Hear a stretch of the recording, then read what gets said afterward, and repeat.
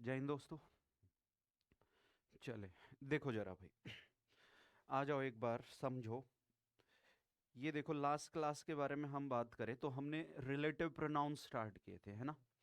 और मैंने बताया कि रिलेटिव प्रोनाउंस के अंडर हु, हुम, विच और दैट, ये चारों वर्ड्स आते हैं। ठीक है। फिर हमारी बात हुई कि जो हु हुम होता है वो पर्सन्स के लिए आता है, जिसमें हु सब्जेक्ट को डिनोट करता है और ऑब्जेक्ट के लिए कौन आता है, हुम।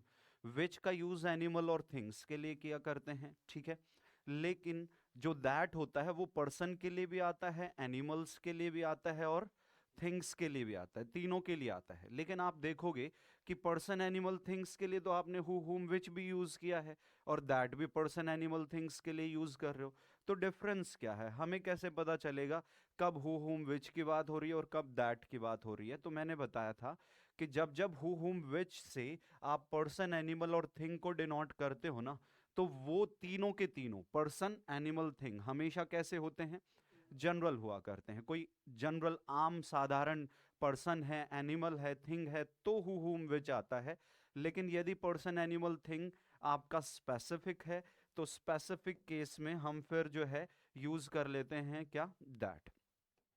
अब आपको कैसे पता चलेगा कि पर्सन, एनिमल, थिंग जनरल है या स्पेसिफिक है, ये भी क्वेश्चन बन जाता है। तो मैंने बताया था कि कुछ डिटर्मिनर्स हैं, कुछ 9, 10, 11 वर्ड हैं, ठीक है। यदि वो नाउन से पहले, पर्सन, एनिमल या थिंग से पहले, यदि इन डिटर्मिनर्स में से कोई भी डिटर्मिनर मिल जाता है, तो तुरंत वो पर्सन, एनिमल, थिंग जो है स्पेसिफिक हो जाता है।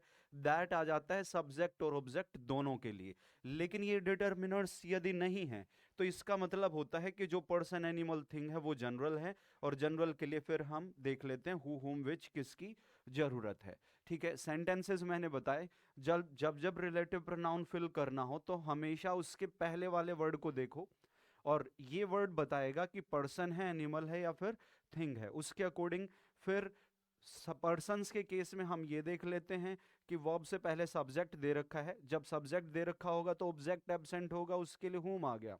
वर्ब से पहले सब्जेक्ट चाहिए था, तो पर्सन्स के केस में सब्जेक्ट के लिए कौन आ गया, हु आ गया। फॉर्म्स थिंग्स को बता रही हैं, तो उसके लिए हमने क्या यूज कर दिया, विच का यूज कर दिया। और इसी तरीके से यहां पे, लेकिन इस पर्सन से पहले जैसे ही ये द सेम आ गया ना, तो ये द सेम नाम का वर्ड वही डिटर्मिनर है जो उस नाउन को क्या बनाता है, स्पेसिफिक बनाता है। कैसे हो भाई? तो उसके लिए हम जो यूज कर देंगे, दैट का यूज कर देंगे। फिर उसी तरीके से द ओनली नाम का वर्ड डिटर्मिनर है, ये ऑर्डिनल नंबर है जो आपको गिवन है। कौन कौन से वर्ड्स हैं जो स्पेसिफिक बनाते हैं वो आपके सामने हैं। इनके रहते हम क्या यूज करते हैं, रिलेटिव प्रोनाउन दैट का यूज किया करते हैं। ठीक है। फिर उसके बाद मैंने आप लोगों को बताया, जो है द लिटल होगा, द फ्यू होगा, जिसमें हम दैट का यूज करेंगे। फिर मैंने बताया कि पर्सन प्लस एनिमल, ठीक है, पर्सन प्लस एनिमल भी इज इक्वल टू क्या होता है, दैट होता है। और यहां पे देखो, लिविंग प्लस नॉन लिविंग, ठीक है, जब नॉन लिविंग हो, कोई निर्जीव को बताए और लिविंग को बताए, तो वो भी दोनों मिलके क्या बनाते हैं, दैट बनाते हैं। यहां तक हमारी बात हुई थी, डन कर रहे हो? इसके बाद देखो जरा एक सेंटेंस ये देखो, रिलेटिव प्रोनाउन में ही 2, 3 सेंटेंसेस और हैं, फिर अगले टाइप पे हम चले जाएंगे। एक सेंटेंस मान लो मैं आपको कहता हूं,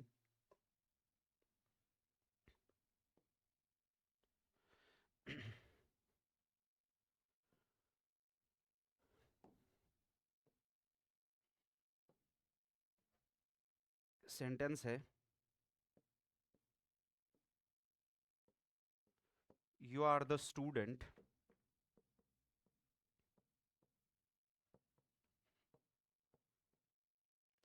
whom I think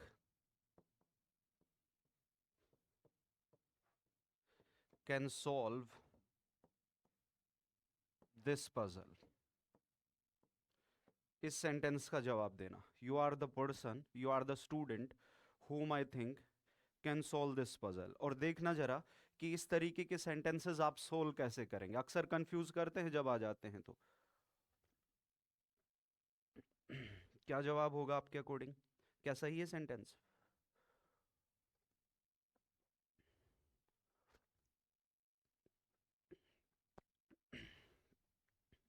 यस।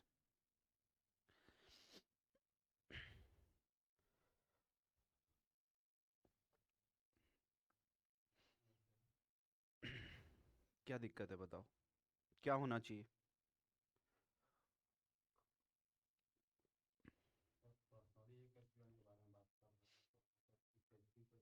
हम्म। कैसे एक के बारे में बात कर रहे हो?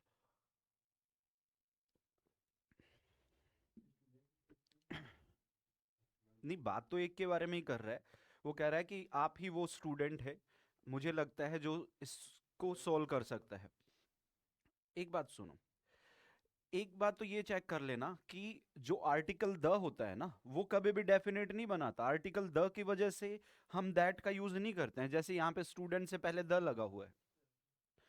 तो इससे मत मान लेना कि बात स्पेसिफिक की हो रही है तो दैट आएगा। अब देखो ना, ये जो वर्ड्स मैंने लिखाए हैं, क्या मैंने इनमें आर्टिकल द मेंशन किया है? नहीं किया। जो ये मेंशन कर रखे ना डिटर्मिनर्स, ये वो डिटर्मिनर्स हैं जो ग्रुप बी के डिटर्मिनर्स होते हैं। ठीक है, ग्रुप बी के डिटर्मिनर्स हैं। यदि डिटर्मिनर्स की मैं बात करूं तो दो ग्रुप के डिटर्मिनर्स होते हैं, ग्रुप ए और ग्रुप बी। ठीक है, और यहां पे जिन डिटर्मिनर्स की हम बात कर रहे हैं वो बेशक ग्रुप बी के डिटर्मिनर्स हैं। तो आर्टिकल द कभी भी ये नहीं कहता कि जो है डेफिनेट है तो द का यूज, दैट का यूज करेंगे ना। आर्टिकल द की वजह से नहीं होता ये वर्ड्स हैं जो मैंने बताए हैं जिनकी वजह से दैट आता है। तो यहाँ पे दैट तो नहीं आएगा। इस तरीके के जो सेंटेंसेस हैं ना, वो अक्सर कंफ्यूज करते हैं। समझना किस तरीके से आप सोल्व करोगे। जब ये सेंटेंसेस सोल्व करने हो ना, तो कुछ इस तरीके से देखना। इस सेंटेंस में देखें तो यू नाम का वर्ड क्या है? सब्जेक्ट है, और सब्जेक्ट नंबर क्या हो गया? 1। यस और नो? पहला सब्जेक्ट है। आर वर्ब है, और क्योंकि सब्जेक्ट के लिए है, हेल्पिंग वर्ब नहीं, मेन वर्ब है। एक ही तो वर्ब है ये, तो मेन वर्ब होती है। लेकिन ये आर जो वर्ब है, ये किसके लिए आई है? यू के लिए आई है। तो जब सब्जेक्ट ये पहला सब्जेक्ट है, तो ये वर्ब भी क्या हो गई? पहली वर्ब हो गई। एक सब्जेक्ट एक वर्ब, बात खत्म। ओके, फिर उसके बाद देखो, एक सब्जेक्ट कौन सा हो गया? आई। तो थिंक नाम का वर्ड ये क्या है? वर्ब। और ये वर्ब किस सब्जेक्ट के लिए है? आई के लिए है। तो ये वर्ब कौन सी वर्ब हो गई? दूसरी वर्ब हो गई। दूसरा सब्जेक्ट दूसरी वर्ब, ठीक है। तो दो सब्जेक्ट हो गए और दो वर्ब हो गए, बराबर, मानते हो? इसी सेंटेंस में एक वर्ब कौन है? Can solve. और ये वर्ब कौन सी वर्ब हो गई? तीसरी वर्ब हो गई। यानी कि नंबर ऑफ वर्ब कितनी है? एक, दो और ये तीन। और नंबर ऑफ सब्जेक्ट कितने हैं? एक ये है और एक कौन है? ये है। अब एक बात सोचो, ये हुम जो आता है ये किसके लिए आता है? ये तो ऑब्जेक्ट के लिए आता है। लेकिन मुझे इस तीसरी वर्ब के लिए ऑब्जेक्ट चाहिए या सब्जेक्ट चाहिए? सब्जेक्ट चाहिए ना मुझे। तो सब्जेक्ट यहां पे ये कब बनेगा? जब मुझे यहां पे चाहिए सब्जेक्ट। ठीक है, और सब्जेक्ट भी कौन सा? तीसरा सब्जेक्ट चाहिए। ठीक है, तो तीसरे सब्जेक्ट के लिए मैं, हमें पता है कि सब्जेक्ट के लिए जो आता है वो हुम नहीं आता, वो क्या आता है? हु आता है। तो जैसे ही इस एम को ड्रॉप कर देंगे तो क्या बच जाएगा? हु बच जाएगा। और क्योंकि ये इस तीसरी वर्ब के लिए तीसरा सब्जेक्ट हमें बनाना था, तो अब सेंटेंस आप लोगों का ये ओके हो जाता है। Number of subject, number of verb, दोनों क्या होने चाहिए? बराबर होने चाहिए। यदि वर्ब ज्यादा होंगी ना, तो हमें यह पता होगा कि ये मान लो वर्ब 3 दे रखी हैं और सब्जेक्ट 2 हैं, तो हमें तीसरी वर्ब के लिए तीसरा सब्जेक्ट चाहिए होता है ना। यस और नो? तो तीसरे सब्जेक्ट के लिए जो है हुम नहीं आएगा, क्या आएगा? हु आएगा। और इस सेंटेंस को आसान मैं करूं थोड़ा सा। यदि इस सेंटेंस में मान के देखो, सोच के चलो कि यदि ये वर्ड ना होता, ये वर्ड ना होता, हटाएंगे नहीं, वैसे मैं आपको समझाने की कोशिश कर रहा हूं। मान लो आई थिंक ना होता, सोच के देखना। यदि ये आई थिंक नाम का वर्ड ना होता, तो फिर ये सेंटेंस पहले की तरह बन जाता, जिसमें क्या होता? You are the student who can solve this puzzle. अब वर्ब से पहले हमें क्या चाहिए? सब्जेक्ट चाहिए, तो हु आ गया। सोच के चलो ये है ही नहीं। ठीक है, सोच के चलो ये नहीं है, तो क्या बन गया? You are the student who can solve this puzzle. तो वही सेंटेंस बन गया ये जो आई थिंक नाम का वर्ड है ना, ये बस आपको कंफ्यूज करने के लिए दिया जाता है, ताकि आप ऐसे पजल हो जाओ कि अब चाहिए क्या। क्योंकि जैसे ही मान लो ये ना होता, तो फिर तो हम जान जाते कि वर्ब से पहले सब्जेक्ट आता है, बात पर्सन की चल रही है। और यस और नो, फिर तो आराम से कर देते। लेकिन इस आई थिंक के आने से गड़बड़ हो गई यहाँ पे सारा का सारा। ठीक है, तो कहना अल्टीमेटली वो यही चाह रहा है कि you are the student who can solve this puzzle. आप ही वो स्टूडेंट हो जो इस पजल को सोल्व कर सकता है। अब ऐसा मुझे लगता है या तुम्हें लगता है या किसी और को लगता है, उससे क्या फर्क पड़ रहा है? उससे कोई फर्क नहीं पड़ता है। अल्टीमेटली वो कहना यही चाह रहा है कि आप ही वो स्टूडेंट हो जो इस पजल को सॉल्व कर सकता है। डन कर रहे हो इस बात को? और देखो इसी तरीके से sentence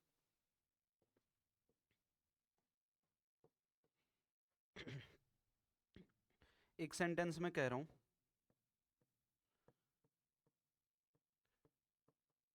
she is the teacher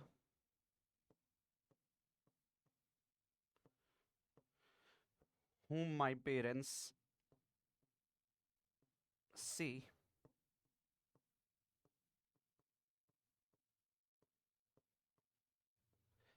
taught me in my childhood। देखो, she is the teacher whom my parents say taught me in my childhood, ये सेंटेंस भी उसी पैटर्न पर बेस्ड है। देखो कैसे सोल्व करोगे, बहुत आसान तरीका है, कंफ्यूज होने की जरूरत नहीं है। ट्रांसलेशन करोगे तो गड़बड़ होगी, ये भी तय है। यदि आप ट्रांसलेशन की ओर गए तो फिर श्योर है कि बात नहीं बनेगी भाई। ठीक है, तो कोशिश करना कि ट्रांसलेशन ना करो।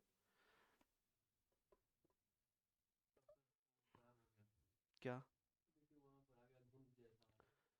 तो तब भी था ये तो, तब उधर था वो, हाँ। कहाँ पे?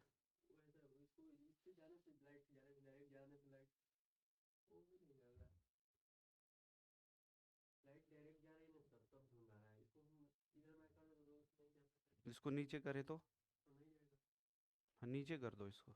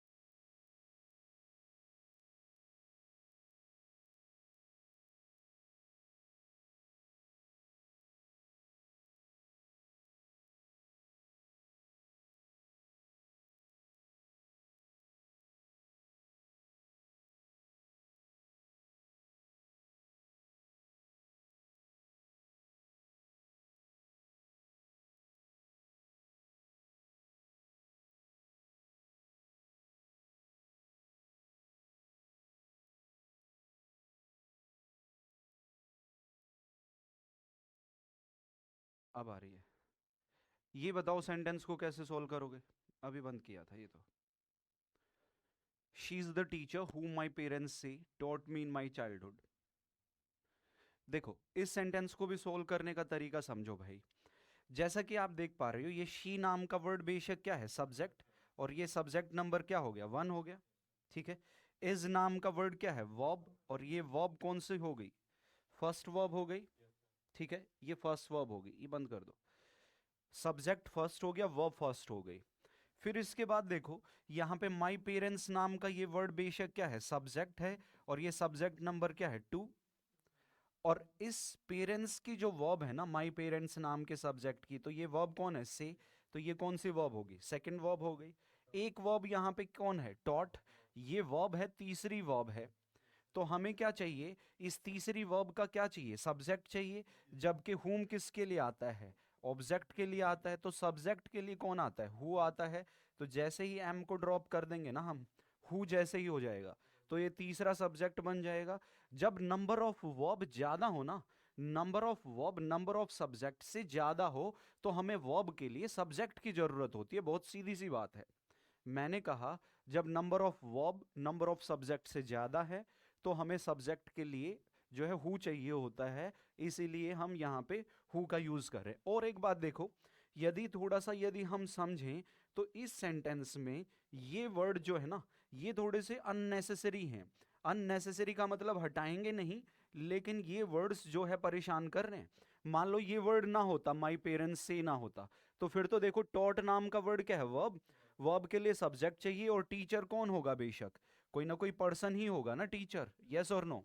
ठीक है, तो पर्सन के केस में फिर हम क्या यूज कर देते, हु का यूज कर देते।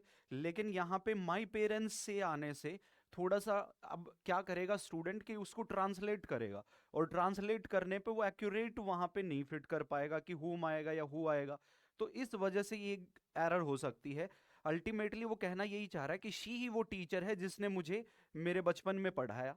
शी ही वो टीचर है जिसने मुझे मेरे बचपन में पढ़ाया। अब इस चीज के बारे में मेरे पेरेंट्स कहते हैं, आपके पेरेंट्स कहते हैं ऐसा, ठीक है, उससे कोई फर्क नहीं पड़ता है, कोई और कहता है या थर्ड पर्सन, ठीक है, इससे कुछ फर्क नहीं पड़ता है। अल्टीमेटली वो कहना ये चाह रहा है कि शी ही वो टीचर है जो इसने मुझे मेरे चाइल्डहुड में पढ़ाया है। ऐसा कौन कहता है, मेरे पेरेंट्स कहते हैं। तो यदि ये वर्ड ना होते ना, तो फिर सेंटेंस आसान हो गया होता, वही पहले वाला सेंटेंस आपके लिए बन गया होता। ठीक है, लेकिन यहाँ पे जो है हम सीधा सीधा देखेंगे, नंबर ऑफ वर्ब ज्यादा हैं नंबर ऑफ सब्जेक्ट से, तो हमें इस तीसरी वर्ब के लिए ऑब्जेक्ट नहीं सब्जेक्ट चाहिए, तीसरा सब्जेक्ट। क्योंकि एक सब्जेक्ट ये था, एक सब्जेक्ट ये था, इनकी दो वर्ब ये हो गई, तीसरी वर्ब ये है, तीसरी वर्ब के लिए सब्जेक्ट के लिए हुम नहीं हु का यूज कर देंगे, सेंटेंस आपका ओके हो जाएगा। डन कर रहे हो इस बात को, ठीक है। तो ये सेंटेंस यहाँ से आपका ओके हो जाता है। अब आगे बढ़ते हैं।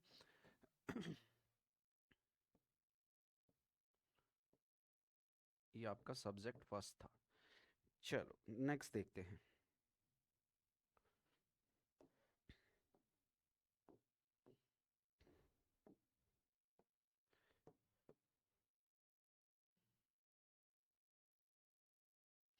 अब ये बताना,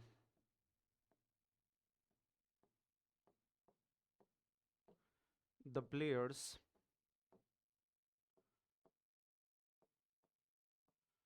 whom they selected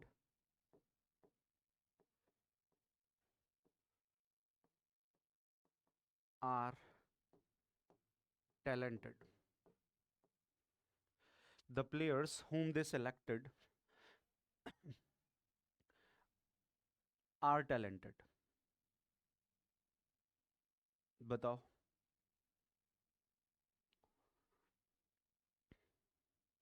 The players whom they selected are talented.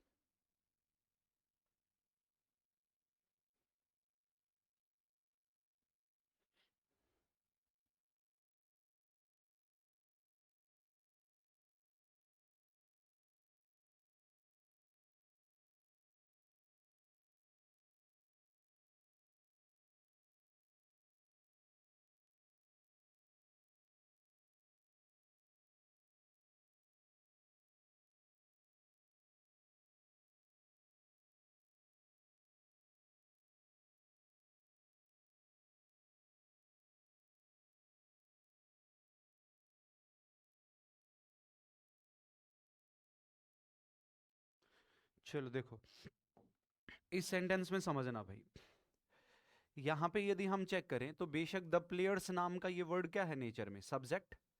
ठीक है, पहला सब्जेक्ट हो गया।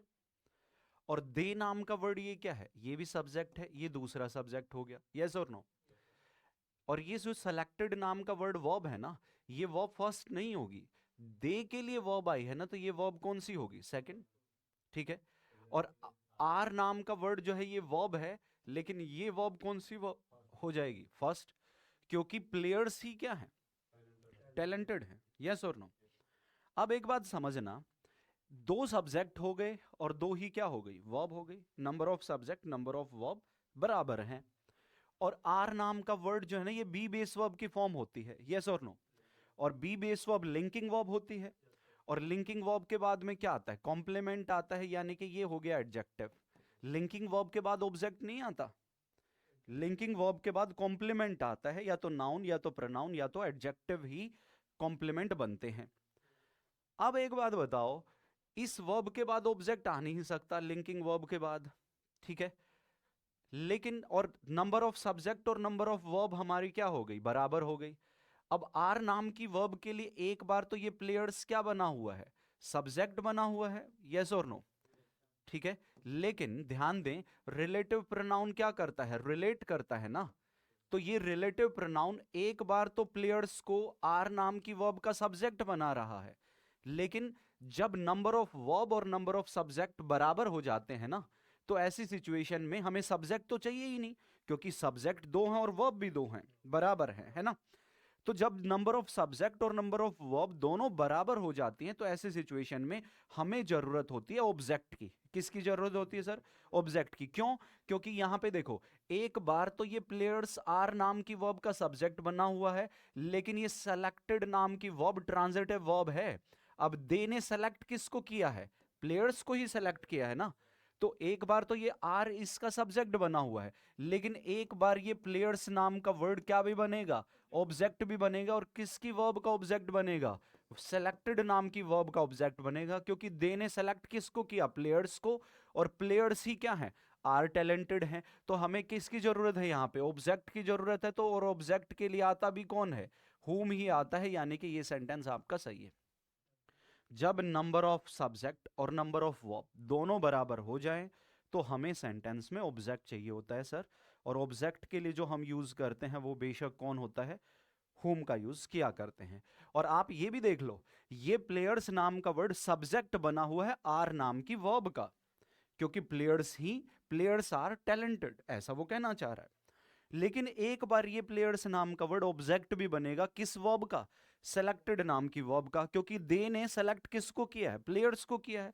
तो ये ऑब्जेक्ट तब बनेगा ना जब हम यहां पे क्या यूज करेंगे, होम का यूज करेंगे। तो ये सेंटेंस आप लोगों का बिल्कुल ओके है, इसमें कोई दिक्कत परेशानी नहीं है। बताओ अभी यहां तक डन कर रहे हो। 8 टाइप थी ना ये, ठीक है। तो लास्ट टाइप देखो जरा, लास्ट टाइप आपके सामने ये बन रही है, और टाइप नंबर है 9th, ठीक है। और हम जानेंगे इसमें इंटेरोगेटिव प्रोनाउंस के बारे में। इंटेरोगेटिव प्रोनाउंस कौन कौन आते हैं सर इसके अंडर, वो भी समझ लो। एक इंटेरोगेटिव प्रोनाउन होता है हु, एक whom, एक which, और एक होता है कौन, what। अब थोड़ा सा फर्क समझना। पहले हमने समझे थे रिलेटिव प्रोनाउन। रिलेटिव प्रोनाउन में 4 वर्ड आए थे, हु, whom, which और that। अब हम डिस्कस कर रहे हैं इंटेरोगेटिव प्रोनाउन। 4 वर्ड ही इसमें होते हैं, सिर्फ दैट की जगह पे कौन आ जाता है, वट आ जाता है। बाकी सारे के सारे प्रोनाउन आपके एज इट इज रहते हैं। लेकिन फर्क समझना, जब हम रिलेटिव प्रोनाउंस को डिस्कस कर रहे थे तो सेंटेंस के लास्ट में क्या मिल रहा था, फुल स्टॉप मिल रहा था। कितने ही सेंटेंस देख लो आप, ठीक है, कितने ही सेंटेंस देख लो। लेकिन जैसे ही इंटेरोगेटिव प्रोनाउन अब आ गए ना, तो अब सेंटेंस के लास्ट में क्या मिलेगा, साइन ऑफ इंटेरोगेशन मिलेगा। तो एक बेस ये भी बन जाता है, ठीक है, एक बेस ये भी बन जाता है कि पता करना हो कि कोई सेंटेंस में जो वर्ड है ये हु, whom, which में से, ठीक है, वो रिलेटिव प्रोनाउन है या इंटेरोगेटिव प्रोनाउन है, ठीक है। वेयर नहीं होता है, ठीक है, वेयर का यूज करते हैं, एक तरीके से यूज हो जाता है वेयर भी, ठीक है, वेयर का यूज कर लेते हैं। लेकिन वेयर को एडवर्ब ऑफ प्लेस माना जाता है, प्रोनाउन नहीं रखते उसको, ठीक है। वो क्या होता है, एडवर्ब बनता है वेयर सही मायने में, ठीक है, क्योंकि क्योंकि प्लेस को रिप्रेजेंट कर रहा होता है वो, ठीक है। तो उसको हम इंटेरोगेटिव प्रोनाउन में ज्यादा कंसिडर करते हैं। अब देखो भाई, यहां पे समझो, हु, whom के बारे में बात करें तो वही बेसिक बातें हैं। हु, whom यहां पे भी यूज किसके लिए किया जाता है, पर्सन के लिए किया जाता है, ठीक है। हु, whom किसके लिए यूज करते हैं, पर्सन्स के लिए। लेकिन पर्सन्स के केस में भी ये जान लेना, जब किसी पर्सन का नेम जानना हो, नाम के बारे में क्वेश्चन करना हो ना, तो हम क्या यूज करते हैं, हु, whom का यूज किया करता है। और फर्क वही है, वो फर्क क्या है कि जब बात सब्जेक्ट की हो तो सब्जेक्ट के लिए कौन आता है, हु आता है। और जब पर्सन्स के केस में नाम जानने के लिए आप ऑब्जेक्ट की बात कर रहे होते हैं, तो हम क्या यूज करते हैं, whom का यूज करते हैं। यानी कि जो रिलेटिव प्रोनाउन में इसका पर्पस रहा था ना, वही इंटेरोगेटिव प्रोनाउन में भी रहता है। नाम जानने के लिए हु, whom आता है, किसी पर्सन का नाम जानना हो, सब्जेक्ट के लिए हु और ऑब्जेक्ट के लिए whom का यूज कर देते हैं। रही बात which की, तो which को जान लो, जब जब बात चाहे पर्सन्स की बात हो रखी हो, ठीक है, या फिर बात हो रखी हो थिंग्स की, ठीक है, और पर्सन्स और थिंग्स दोनों के ही सिलेक्शन की बात जब होती है, सिलेक्शन के लिए हम क्या यूज करते हैं, विच का यूज किया करते हैं। फर्क समझना, जब ये रिलेटिव प्रोनाउन हुआ था तो इसका यूज जो है एनिमल्स और थिंग्स के लिए आया था, है ना, एनिमल्स और थिंग्स के लिए आया था ना। लेकिन अब पर्सन और थिंग्स, लिविंग और नॉन लिविंग कह लो, चाहे कोई भी लिविंग है चाहे कोई भी क्या है, नॉन लिविंग है, दोनों के लिए क्या आ जाता है, विच। लेकिन अब विच किसके लिए यूज करेंगे, बेशक सिलेक्शन के लिए। जब सेंटेंस में सिलेक्शन शो करना हो, चुनाव करना हो, या तो पर्सन्स में से चुनाव करना हो, या एनिमल्स में से, या वस्तुओं में से किसी एक का चुनाव करने के लिए हम क्या यूज करते हैं, विच का यूज किया करते हैं। और वट जो यूज किया जाता है वो हम करते हैं किसी पर्सन के प्रोफेशन के बारे में, जब किसी इंसान के व्यवसाय के बारे में बात करनी हो तो फिर हम यूज कर लेते हैं क्या, वट, वट का यूज कर लेते हैं। डन कर रहे हो इस बात को, ठीक है। जैसे आप मुझे बताना ये सेंटेंस में क्या यूज करेंगे और क्या सेंटेंस ओके है। ट्रांसलेशन मत करना इन सेंटेंसेस में। whom do you think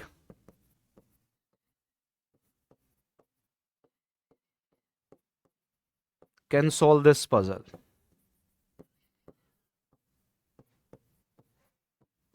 whom do you think can solve this puzzle?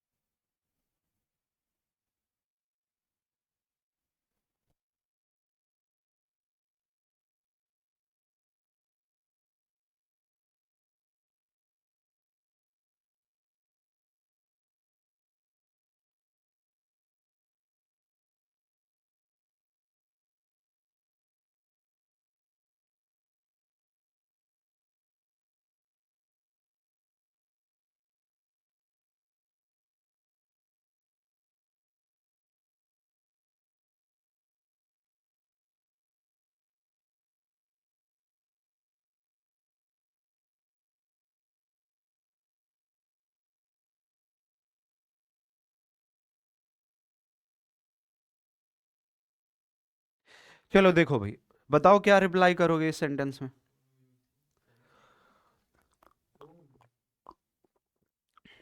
Logically देखो, हाँ, क्यों हूं क्यों आएगा, कौन बताएगा, हु क्यों आएगा।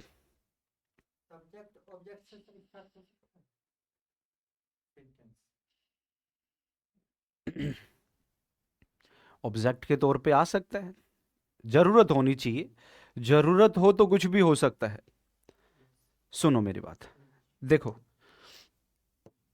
सबसे पहले तो यहां पे समझो, इस सेंटेंस में ये डू नाम का वर्ड क्या है, हेल्पिंग वर्ब, ये क्या है, सब्जेक्ट, और ये थिंक नाम का वर्ड क्या है, बेशक मेन वर्ब, ठीक है। अब एक बात समझो, ये जो दोनों वर्ब है ना, डू और कौन, थिंक, इनका सब्जेक्ट कौन है, हु, सॉरी यू, यस और नो, यू सब्जेक्ट है। और एक वर्ब कौन है हमारे पास, कैन सॉल्व, ये वर्ब है। इन दोनों वर्ब के लिए सब्जेक्ट हो गया यू, तो इस वर्ब के लिए हमें क्या चाहिए, सब्जेक्ट चाहिए कैंसोल नाम की वर्ब के लिए। तो अब हम जान रहे हैं कि हमें जो सब्जेक्ट चाहिए ना, सब्जेक्ट के लिए हम whom का यूज नहीं करेंगे, हु का यूज करेंगे। whom do you think can solve this puzzle, इस पजल को कौन सोल्व कर सकता है, नाम ही जानना चाह रहा है वो। हु डू यू थिंक, आपको क्या लगता है कि कौन सोल्व कर सकता है इस पजल को, नाम जानना चाह रहा है कि भाई ABCD कौन है, कौन, नाम बता दो, ठीक है। तो यहां पे बात नेम के बारे में बात चल रही है, और हमें वर्ब के लिए सब्जेक्ट चाहिए था। और एक बात और देखो, पजल सोल्व करने का काम पर्सन ही करेगा, पर्सन ही तो करेगा पजल सोल्व करने का काम, और यहां सिलेक्शन भी नहीं है, ठीक है। नेम जानना चाह रहा है कि कौन सोल्व कर सकता है, ABCD कौन, नाम बता दो, है ना। अच्छा, एक सेंटेंस में इतना सा लिखता हूं, सेंटेंस है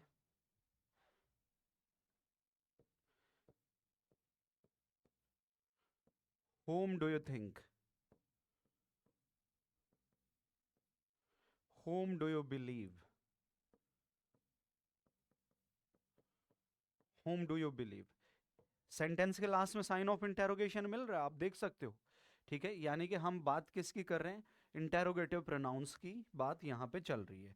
अब इस सेंटेंस में भी देखो, यहां पे ये सब्जेक्ट कौन है, यू, और इसकी वर्ब कौन हो गई, ये हेल्पिंग वर्ब हो गई, और ये बिलीव क्या हो गया, मेन वर्ब हो गया। अब देखो सब्जेक्ट आ गया, हेल्पिंग वर्ब आ गई, मेन वर्ब आ गई, बच गया कौन, ऑब्जेक्ट बच गया। तो ऑब्जेक्ट के लिए हमने इंटेरोगेटिव प्रोनाउन जो है वो यूज कर लिया। ये सेंटेंस सही है। whom do you believe, आप किस पर बिलीव करते हो, अब पर्सन ही होगा ना, ABCD में से कोई नाम बताना होगा कि आप किस पे बिलीव करते हो, ठीक है। तो कहने का मतलब है, ऐसा मत सोचना कि whom कैसे आ जाएगा, शुरुआत में आ सकता है, जब ऑब्जेक्ट चाहिए हो तो whom आ जाएगा, लेकिन जब सब्जेक्ट की रिक्वायरमेंट हो, इस वर्ब के लिए सब्जेक्ट चाहिए था तो कौन आ जाएगा, who आ जाएगा। कोई भी आ सकता है, ठीक है, उससे कोई फर्क नहीं पड़ता, लेकिन रिक्वायरमेंट तय करेगी कि रिक्वायरमेंट किसकी है, सब्जेक्ट की रिक्वायरमेंट है या फिर ऑब्जेक्ट की रिक्वायरमेंट है, ये डिसाइड होगा। डन कर रहे हो इस बात को। और हाँ, ऑब्जेक्ट के लिए whom आएगा, ये तय है, और सब्जेक्ट के लिए who आ जाएगा, ठीक है। हाँ, नेम दोनों के लिए ही आता है, नेम तो दोनों ही बताते हैं। यहां पे वो कहना चाह रहे हैं कि कौन इस पजल को, आपको क्या लगता है कि कौन सोल्व कर सकता है, नाम चाहिए ABCD में से, और आप किस पर विश्वास करते हो, ABCD में से नाम बता दो भाई, ठीक है। तो नाम के लिए तो दोनों ही आए हैं, एक बार जब सब्जेक्ट चाहिए था तो who आ गया, ऑब्जेक्ट चाहिए था तो whom आ गया। डन। अब देखो एक सेंटेंस ये समझना,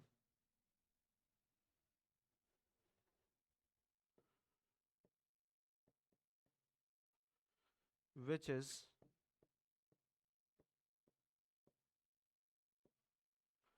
the better cricketer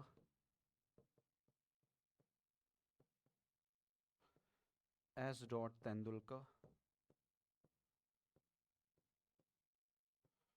और D. Bradman, लास्ट में साइन ऑफ इंटेरोगेशन, ठीक है। या फिर इसको हटा देते हैं, ऐसे लिखते हैं, विच इज, नहीं आ जाएगा, सेंटेंस बदल दिया मैंने, which is the longer river, the Ganga और the Yamuna.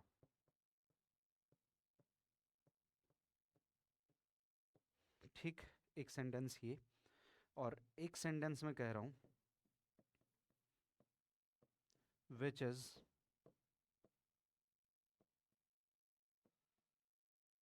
The better cricketer S. Tendulkar और D. ब्रैडमैन। लो भाई, दो अलग अलग सेंटेंसेस, ठीक है। अब यहाँ पे दोनों सेंटेंसेस में सबसे पहले तो चेक करो कि सेंटेंस के लास्ट में साइन ऑफ इंटेरोगेशन है, यानी कि हम बात कर रहे हैं इंटेरोगेटिव प्रोनाउन की। अब इस नाम का वर्ड नेचर में क्या है, वर्ब, वर्ब से पहले कौन आता है, सब्जेक्ट, ठीक है, और ये इंटेरोगेटिव प्रोनाउन है, क्वेश्चन पूछने के लिए यूज किया गया है, और सेंटेंस के लास्ट में साइन ऑफ इंटेरोगेशन भी है। अब देखो इस सेंटेंस में एक रिवर की बात चल रही है गंगा, और एक रिवर की बात चल रही है कौन, यमुना, ठीक है, और दो की बात चल रही है, इसलिए रिवर नाम के इस नाउन से पहले जो लॉन्गर नाम का वर्ड आया है ये कंपैरेटिव डिग्री का एडजेक्टिव है। और याद करो इससे पहले का चैप्टर आप लोगों ने आर्टिकल पढ़ा था, मैंने आपको बताया था कि जब जब सेंटेंस में सिलेक्शन की बात होती है, ठीक है, सिलेक्शन या रिलेटिव इंक्रीज डिक्रीज का केस याद होगा ना, सिलेक्शन या तो रिलेटिव इंक्रीज डिक्रीज के केस में कंपैरेटिव डिग्री के एडजेक्टिव से पहले भी क्या आता है, आर्टिकल द का यूज कर लेते हैं, इस वजह से द आया है ये। और क्योंकि यहां पे देखो जो सिलेक्शन है ना, यहां पे सेंटेंस में सिलेक्शन नॉन लिविंग में सिलेक्शन हो रखा है, नदी तो क्या क्या होती है, नॉन लिविंग होती है, और वो जानना चाह रहा है कि दोनों नॉन लिविंग में से जो है बताओ कौन सी लॉन्गर है, ठीक है, तो जब नॉन लिविंग का कंपैरिजन हो, सिलेक्शन का केस हो, तब भी हम विच का यूज करते हैं। और आखिर सेंटेंस में यहां पे एक बात हो रही है पर्सन की, कौन, एस डॉट तेंदुलकर। एक पर्सन कौन है, जो है ब्रैडमैन, यानी कि अब नॉन लिविंग नहीं है, अब कौन आ गया, लिविंग आ गया। ठीक है, और लिविंग के केस में बात दो की हो रखी है, तो क्रिकेटर नाम के नाउन से बैटर पहले कंपैरेटिव डिग्री का एडजेक्टिव आ गया। और क्योंकि सिलेक्शन का केस है, that's why better comparative degree के एडजेक्टिव से पहले क्या लग गया, आर्टिकल द लग गया। और इस नाम की इस वर्ब से पहले विच नाम का वर्ड सब्जेक्ट बना हुआ है, जो कि सेंटेंस में इंटेरोगेटिव प्रोनाउन है। और सिलेक्शन चाहे पर्सन लिविंग का हो चाहे नॉन लिविंग का हो, सिलेक्शन के लिए दोनों में ही विच आएगा, दोनों में ही विच का यूज कर देंगे। ऐसा न मत कर देना कि पर्सन के केस में कहीं यहाँ पे हु लिख दो, who is the better cricketer, S dot Tendulkar और डी डॉट ब्रैडमैन। नहीं, सिलेक्शन हो गया यहाँ पे। और सिलेक्शन के केस में चाहे पर्सन है, चाहे लिविंग है, चाहे नॉन लिविंग है, हम जो यूज करेंगे वो बेशक क्या होगा, विच का ही यूज किया जाएगा। डन कर रहे हो इस बात को? ठीक है, इस बात को आपने समझना है। एग्री भाई यहां तक? चलो अब आगे बढ़ते हैं, आगे ले जाऊं, स्लाइड नेक्स्ट पे जाएं। देखो जरा, ये इस तरीके के सेंटेंस देखना, अक्सर स्कूल में पूछे जाते थे। Who is your, who is your father, who is your father. एक सेंटेंस ये है, which is your father, which is your father. एक सेंटेंस ये है, और एक सेंटेंस में कह रहा हूं what is your father, what is your father. अब इस तरीके की सेंटेंसेस देखो, तीनों सेंटेंसेस में लास्ट में साइन ऑफ इंटेरोगेशन है, हु, विच और वट मिला हुआ है बराबर। और ये तीनों सेंटेंसेस में हु, विच, वट बेशक क्या बना हुआ है, इंटेरोगेटिव प्रोनाउन है। देखो, वर्ब से पहले क्या आता है, सब्जेक्ट आता है, और सब्जेक्ट बनने की एबिलिटी नाउन प्रोनाउन को मिली है। और ये इंटेरोगेटिव प्रोनाउन है, सेंटेंस के लास्ट में साइन ऑफ इंटेरोगेशन भी है। अब मैंने बताया था कि हु जो वर्ड होता है वो क्वेश्चन करता है किसके बारे में, नेम के बारे में क्वेश्चन करता है, यानी कि वो नाम जानना चाह रहा है, हु इज योर फादर। ऐसा ही होता था ना कि हम नाम बताते थे कि उनका नाम क्या है, फिर जवाब में हम इनका उनका नाम बताते हैं, है ना। Which is your father sentence ये भी सही है।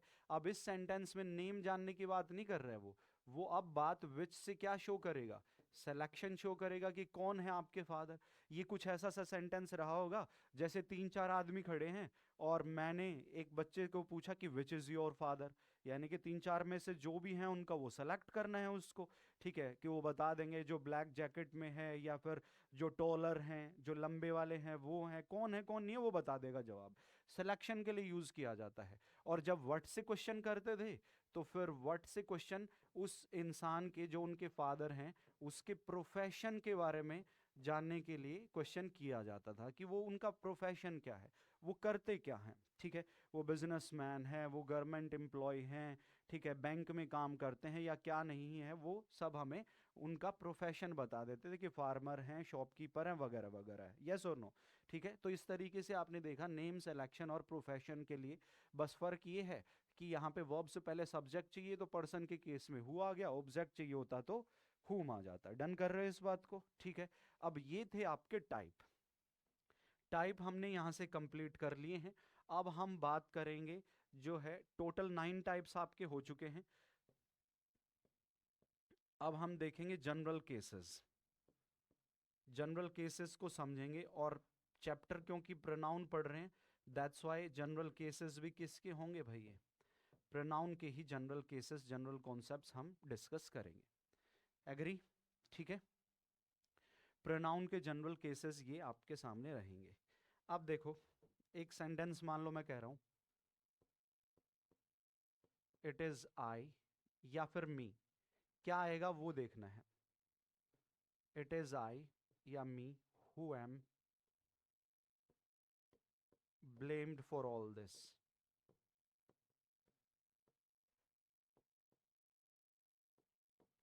ये देखो जरा, इट इज आई या me who am blamed for all this. फिर उसके बाद एक सेंटेंस में कह रहा हूं वॉज इट शी या तो हर। शी आएगा या हर आएगा, इन दोनों में से जो है एक बताना है। हु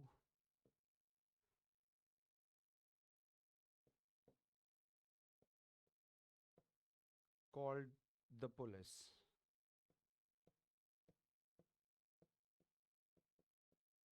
लास्ट में साइन ऑफ इंटेरोगेशन। एक सेंटेंस है इट वॉज दे या फिर देम, क्या यूज करेंगे ये बताना है। Who helped you then.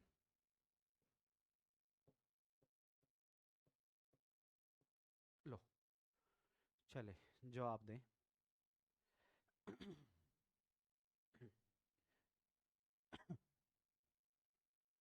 It is I or me who am blamed for all this. Was it she or her who called the police? और तीसरा सेंटेंस है it was they or them who helped you then.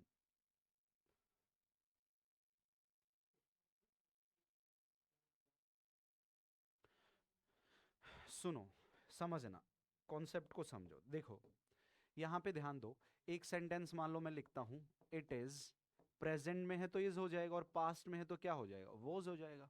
अब यहाँ पे मैं एक pronoun लिख रहा हूँ आई या वी या ही शी या फिर दे। एक तो प्रोनाउन मैंने ये लिखे, एक मैं प्रोनाउन लिख रहा हूँ आई का ऑब्जेक्टिव केस मी, वी से अस, ही से हिम, शी से हर, ठीक है, और दे से देम, ठीक है। तो अब एक बात समझो, यदि यहाँ पे हम देखें तो ये आपके जो प्रोनाउन हैं बेशक कौन से केस के प्रोनाउन हैं, ये सब्जेक्टिव केस के प्रोनाउन है, यस और नो, और ये सारे के सारे प्रोनाउन कौन से केस के हैं, ऑब्जेक्टिव केस के हैं। अब थोड़ा सा ध्यान दें, ये इज और वॉज, ये बेशक यहाँ पे इज भी और वॉज भी मेन वर्ब के तौर पे यूज की गई है, यस और नो, और ये जो मेन वर्ब है ना ये बी बेस वर्ब की फॉर्म है। प्रेजेंट में इज है तो ये भी बी की फर्स्ट फॉर्म इज हो गई, इज एम आर में से, और सेकंड फॉर्म की बात की जाए तो बी की सेकंड फॉर्म क्या होती है, वॉज वर होती है, ठीक है। और बड़ी बात तो ये है कि सर ये लिंकिंग वर्ब हुआ करती है। बी बेस वर्ब जब मेन वर्ब के तौर पे यूज की जाती है तो वो कौन सी वर्ब होती है, लिंकिंग वर्ब होती है, ठीक है। और बहुत इंपॉर्टेंट सा कॉन्सेप्ट बनता है कि linking verbs forms of be base verb, concept क्या बनता है कि forms of be base verb, be base verb की फॉर्म के बाद जो है ना आर फॉलोड बाय, इनके बाद में हम जो यूज करते हैं बी बेस वर्ब की फॉर्म, कोई भी जो है ये लिंकिंग वर्ब होती है, इसको जब किसके तौर पे यूज कर लिया जाए, मेन वर्ब के तौर पे यूज कर लिया जाए तो are followed by a subject complement, इनके बाद में कौन आता है, सब्जेक्ट कॉम्प्लीमेंट आता है। कॉम्प्लीमेंट को हिंदी में पूरक बोलते हैं, और ऐसा कॉम्प्लीमेंट, ऐसा पूरक जो किसे पूरा करे, सब्जेक्ट को पूरा करता है, उसी को सब्जेक्ट कॉम्प्लीमेंट बोला जाता है।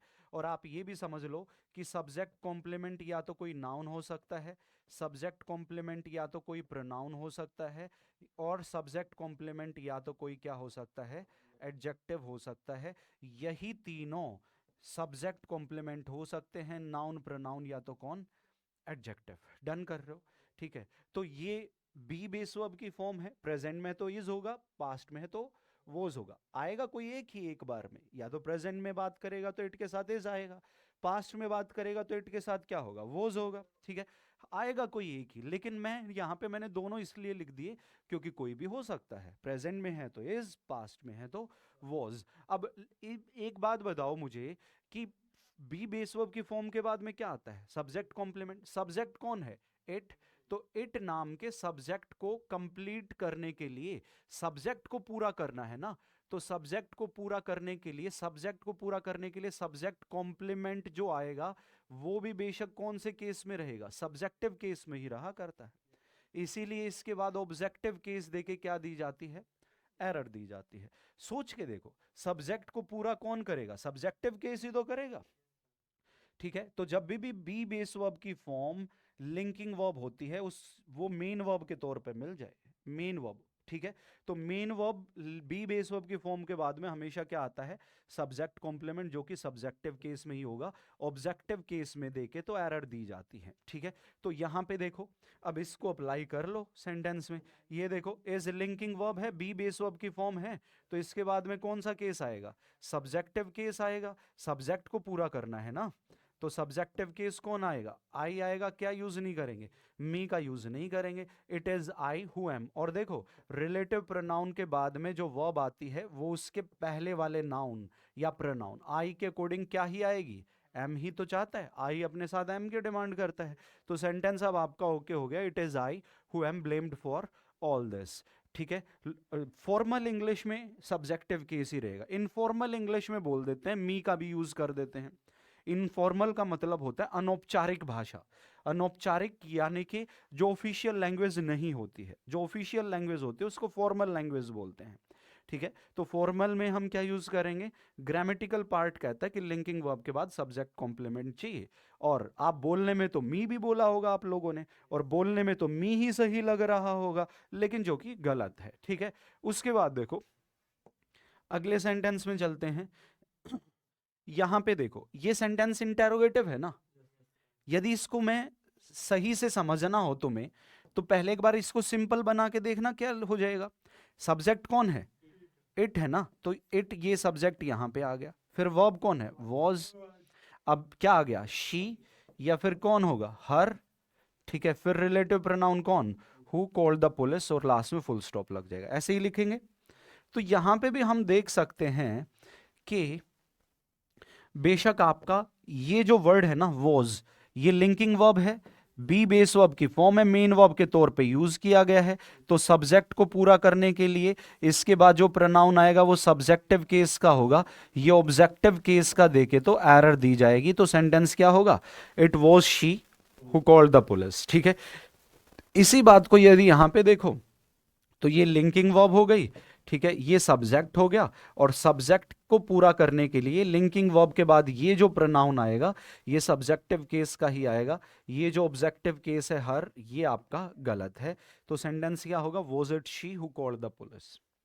जबकि बोलने में लगेगा जैसे हर आना चाहिए, हर ज्यादा बेहतर लग रहा है, जो कि गलत है, ठीक है। और अगले सेंटेंस में फिर देखें, यहां पे भी वोज नाम का ये वर्ड क्या हो गया, मेन वर्ब के तौर पे यूज किया गया है, बी बेस वर्ब की फॉर्म है, लिंकिंग वर्ब है। अब यहाँ पे फिर से हमें सब्जेक्ट को पूरा करने के लिए इसके बाद जो प्रोनाउन आएगा वो सब्जेक्टिव केस में आएगा। ऑब्जेक्टिव केस में देम दे के एरर दी जा सकती है। तो सेंटेंस क्या होगा, it was they who help you them. Done कर रहे हैं, तो कॉन्सेप्ट क्या निकल के सामने आया, forms of be base verb. Be base verb की फॉर्म के बाद में क्या आता है, सब्जेक्ट कॉम्प्लीमेंट आता है। और कोई तुमसे पूछे कि सब्जेक्ट कॉम्प्लीमेंट कौन कौन हो सकते हैं, तो आपका जवाब ये रहा कि नाउन, प्रोनाउन या तो एडजेक्टिव जो है वो सब्जेक्ट कॉम्प्लीमेंट बन सकते हैं। डन कर रहे हो भाई, कोई दिक्कत परेशानी किसी को। चलो आगे।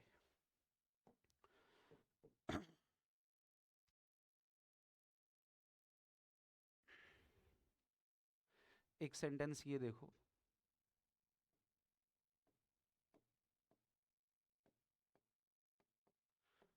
There is no dispute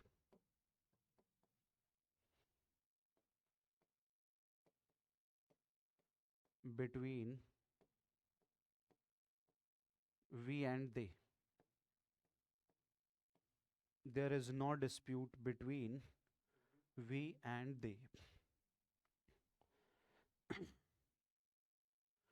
There is no dispute between, मत लेना, क्यों कर रहा है भाई, ना, ये काम नहीं किया करते। हाँ मैं जान रहा हूँ।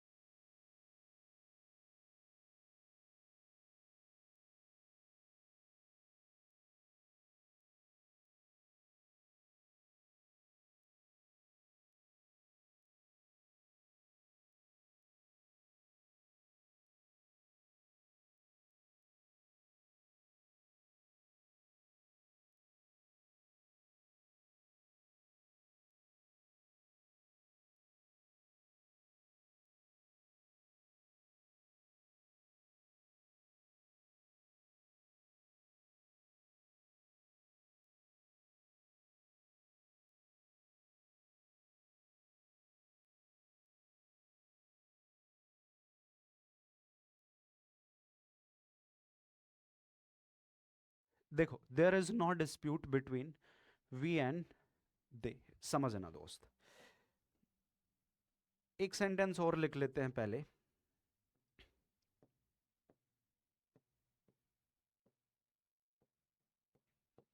The gardener did not late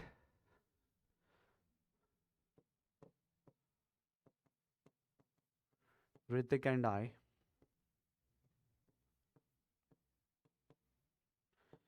enter the garden। देखना, समझना। The gardener did not let Ritik and I enter the garden. अब इस सेंटेंस में यदि आप देखें तो बेशक यहां पे बिटवीन नाम का वर्ड नेचर में क्या है, प्रेपोजिशन है, यस और नो।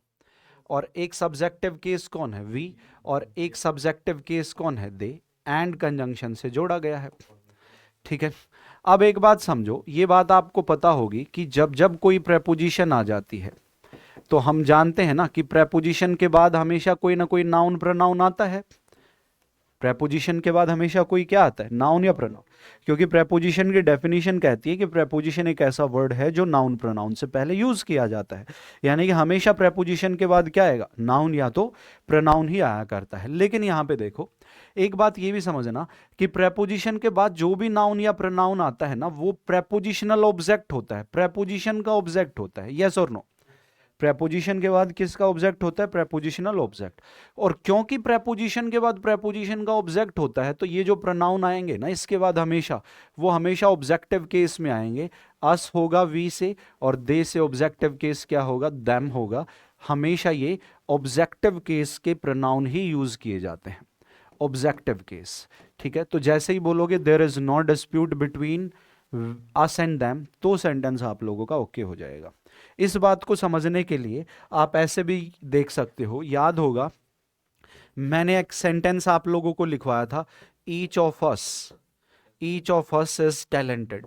एक सेंटेंस ये था, each of us is talented. ठीक है। और एक मैंने कहा था एवरी वन ऑफ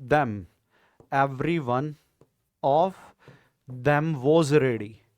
एवरीवन के हिसाब से वोज आएगा ना, सिंगुलर वर्ब आएगी। ठीक है। और ऐसे ही ईच ऑफ के बाद नाउन प्रोनाउन प्लूरल आता है, लेकिन वर्ब सिंगुलर आती ईच के लिए। ठीक है। अब इन दोनों सेंटेंसेस में भी समझो, यहां पे आप देख पा रहे हो कि ऑफ नाम का वर्ड ये नेचर में क्या है, प्रेपोजिशन।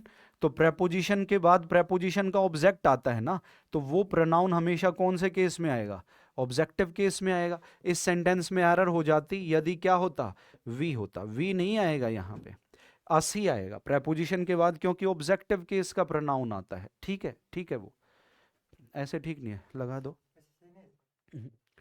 ऐसे ही ठीक है। नहीं, थोड़ा बहुत तो होता ही है। अब अगले सेंटेंस में देखो, यहां पे भी दे ऑफ नाम का वर्ड क्या है, प्रेपोजिशन। और प्रेपोजिशन के बाद प्रेपोजिशन का ऑब्जेक्ट आता है ना। ठीक है। तो ये दैम सही है।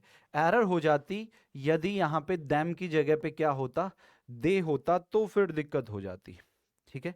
दे का यूज नहीं करेंगे, दे सब्जेक्टिव केस होता है, जो कि आपका गलत हो जाएगा। ठीक है। तो अब दो बात समझ गए होगे आप लोग, क्या कि बी बेस वर्ब की फॉर्म के बाद तो सब्जेक्टिव केस आता है, क्योंकि सब्जेक्ट कॉम्प्लीमेंट चाहिए। और प्रेपोजिशन के बाद क्या आता है, ऑब्जेक्टिव केस आता है। ठीक है। इसके साथ साथ ये भी जान लो, इस सेंटेंस में लेट नाम का वर्ड ये क्या है, मेन वर्ब। ठीक है। ये आपका क्या हो गया, डिड नॉट, हेल्पिंग वर्ब। इससे पहले गार्डनर नाम का वर्ड बेशक क्या है, ये सब्जेक्ट है। अब वर्ब के बाद ये ऋतिक क्या बन गया, ऑब्जेक्ट बन गया। और जब ये ऑब्जेक्ट है तो कंजंक्शन से जुड़ेगा, तो आई ये भी कौन से केस में आएगा, ऑब्जेक्टिव केस में आएगा। तो आई को किससे रिप्लेस कर दोगे, मी से रिप्लेस कर देंगे, ऑब्जेक्टिव केस चाहिए। तो सेंटेंस क्या हो जाएगा, the gardener did not let Ritik and me enter the garden. ठीक है। डन कर रहे हो क्या इस बात को। ठीक है। तो कॉन्सेप्ट क्या निकल के सामने आया, कॉन्सेप्ट निकल के सामने आ गया, लेट एंड प्रेपोजिशंस। एक वर्ब है लेट, और जितनी भी वर्ब है लेट एंड प्रेपोजिशंस। एक वर्ब है लेट, और जितनी भी प्रेपोजिशंस हैं इनके बाद में are followed by an objective case. Let और प्रेपोजिशंस के बाद में जो प्रोनाउन आएगा वो बेशक ऑब्जेक्टिव केस का प्रोनाउन यूज किया जाता है, ये कॉन्सेप्ट बनता है। इसको समझने के लिए थोड़ा सा ध्यान दो, लेट पर और थोड़ा फोकस कर लेते हैं। एक सब्जेक्टिव केस, लेट नाम का वर्ड वर्ब है, एक ऑब्जेक्टिव केस लिख रहा हूं मैं, मी, वी से क्या हो गया, अस हो गया, वी से अस हो गया, ही से हिम, शी से हर, और दे से क्या होता है ऑब्जेक्टिव केस, देम। तो एक तो मैंने ये ऑब्जेक्टिव केस लिखे, और एक subjective case I, we, he, she, और क्या, दे, एक मैंने ये लिखे हैं। ठीक है, अब इन दोनों को आपको पता है, जानते हो, लेट नाम का वर्ड वर्ब है, वर्ब के बाद ये जो हैं ये आपके ऑब्जेक्टिव केस के प्रोनाउन हैं, और ये जो हैं I we you, I we he she it, ये आपके सब्जेक्टिव केस के प्रोनाउन हैं। अब हम जान चुके हैं कि जो है लेट के बाद कौन सा केस आता है, ऑब्जेक्टिव केस आता है, तो ये सही है। ठीक है, ये आपके गलत हो जाएंगे। जैसे एक सेंटेंस में कहूं, डू द वर्क, नहीं, मान लो सेंटेंस ऐसे दे दिया, तो क्या बोलेंगे, let me do the work, let us do the work, let him do the work, let her do the work, let them do the work, बजाय let I do the work, let we do the work. ठीक है, और let he do the work, ये गलत हो जाएगा। ठीक है, हमेशा हम क्या बोलते हैं, लेट के बाद में ये ऑब्जेक्टिव केस के प्रोनाउन ही रखा करते हैं। तो कॉन्सेप्ट बन गया, लेट और प्रेपोजिशन के बाद में जो प्रोनाउन आएगा वो ऑब्जेक्टिव केस का प्रोनाउन यूज किया करते हैं। ये कॉन्सेप्ट आप लोगों का बन जाता है। बताएं कोई दिक्कत परेशानी यहां तक है तो? Done.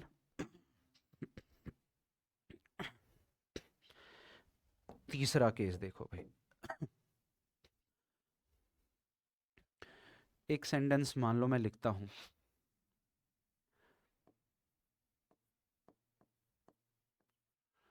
As a student of science, as a student of science you are far better than, I आएगा या मी आएगा ये देखना है। ठीक है, यहाँ पे आई आना चाहिए या मी आना चाहिए, ये हम समझेंगे। एक सेंटेंस में कह रहा हूं, शी इज टॉलर देन, ही आएगा या हिम आएगा, ये हमें देखना है। और एक सेंटेंस में कह रहा हूं, ही इज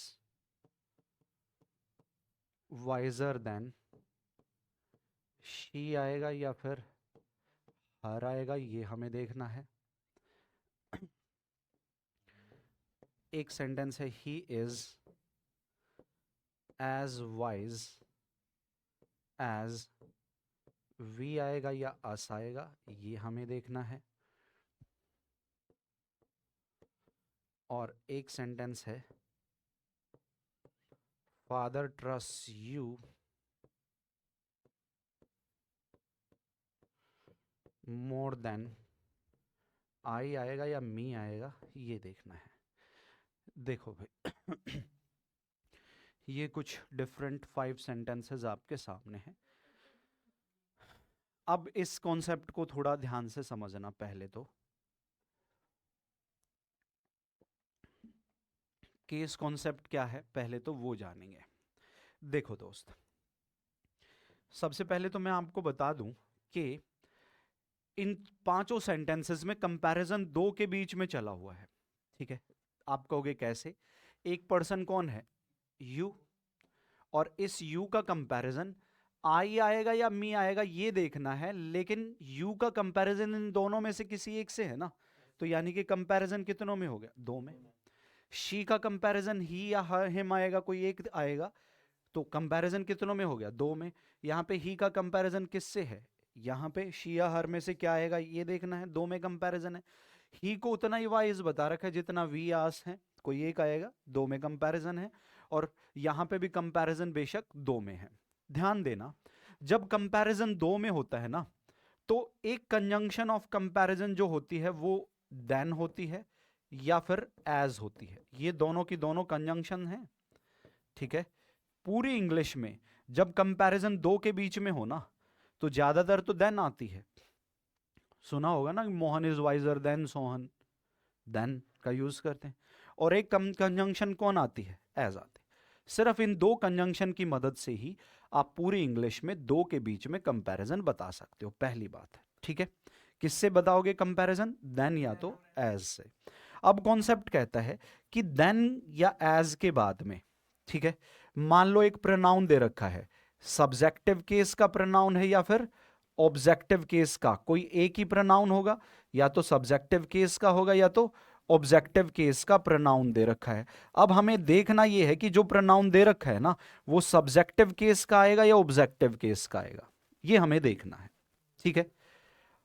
कैसे पता चलेगा, वो पता चलेगा कि देन या एज के बाद जो प्रोनाउन दे रखा है ना, आप देखो ये कि देन या एज से पहले इसका कंपैरिजन सब्जेक्ट से कंपैरिजन हो रखा है इसका, या फिर ऑब्जेक्ट से। देन या एज के बाद जो प्रोनाउन है, उस प्रोनाउन का कंपैरिजन सब्जेक्ट से हो रखा है, या फिर कंपैरिजन किससे हो रखा है, ऑब्जेक्ट से हो रखा है। तो ध्यान रखना, यदि सब्जेक्ट से कंपैरिजन है तो कौन सा केस आएगा, सब्जेक्टिव केस। और यदि कंपैरिजन ऑब्जेक्ट के साथ हो रखा है तो कौन सा केस आएगा, ऑब्जेक्टिव केस। ऐसा क्यों होता है, क्योंकि कंपैरिजन जो होता है ना, जो तुलना होती है, वो हमेशा दो सेम केस के बीच में होती है। कंपैरिजन किसके बीच में होगा, हमेशा दो सेम केस के बीच में ही कंपैरिजन होगा। तो देन या एज के बाद में जो प्रोनाउन दे रखा होगा उसका कंपैरिजन सब्जेक्ट से है, तो देन एज के बाद में सब्जेक्टिव केस आएगा। और यदि उसका कंपैरिजन ऑब्जेक्ट से है तो देन या एज के बाद में ऑब्जेक्टिव केस आएगा। इतनी सी बात है, डन कर रहे हो, ठीक है। अब इसको अप्लाई कर लेते हैं। देखो ये रही भाई, कंपैरिजन दो में था, दैट्स वाई कंपैरेटिव डिग्री का एडजेक्टिव आ गया। और ये कंजंक्शन कौन आ गई, देन आ गई। अब देन के बाद में ये प्रोनाउन दे रखा है, एक सब्जेक्टिव केस है और एक ऑब्जेक्टिव केस है। लेकिन मैं देख सकता हूं कि इसका कंपैरिजन बेशक किससे है, सब्जेक्ट से है ना। आर वर्ब के पहले कौन आता है, सब्जेक्ट आता है। तो जैसे ही सब्जेक्ट से कंपैरिजन हो गया, ठीक है, जैसे ही कंपैरिजन इसका आप देख सकते हैं, सब्जेक्ट से जैसे ही कंपैरिजन हो गया, तो बेशक यहां पे इसका कंपैरिजन देखो, ये क्या,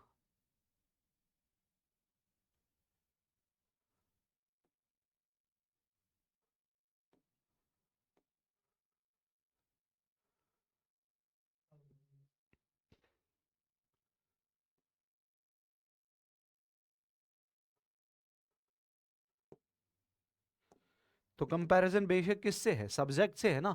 तो ये जो कॉन्सेप्ट आएगा, जो प्रोनाउन आएगा, ये ऑब्जेक्टिव केस का नहीं होगा ना, ठीक है, सब्जेक्टिव केस का होगा। आई का यूज करेंगे। सेंटेंस क्या होगा, as a student of science you are far better than I, ऐसे बोलेंगे। अब ट्रांसलेशन में आपको कैसा लग रहा है वो मायने नहीं रखता है, जो लॉजिकली जो केस होगा वही यूज करेंगे, ठीक है।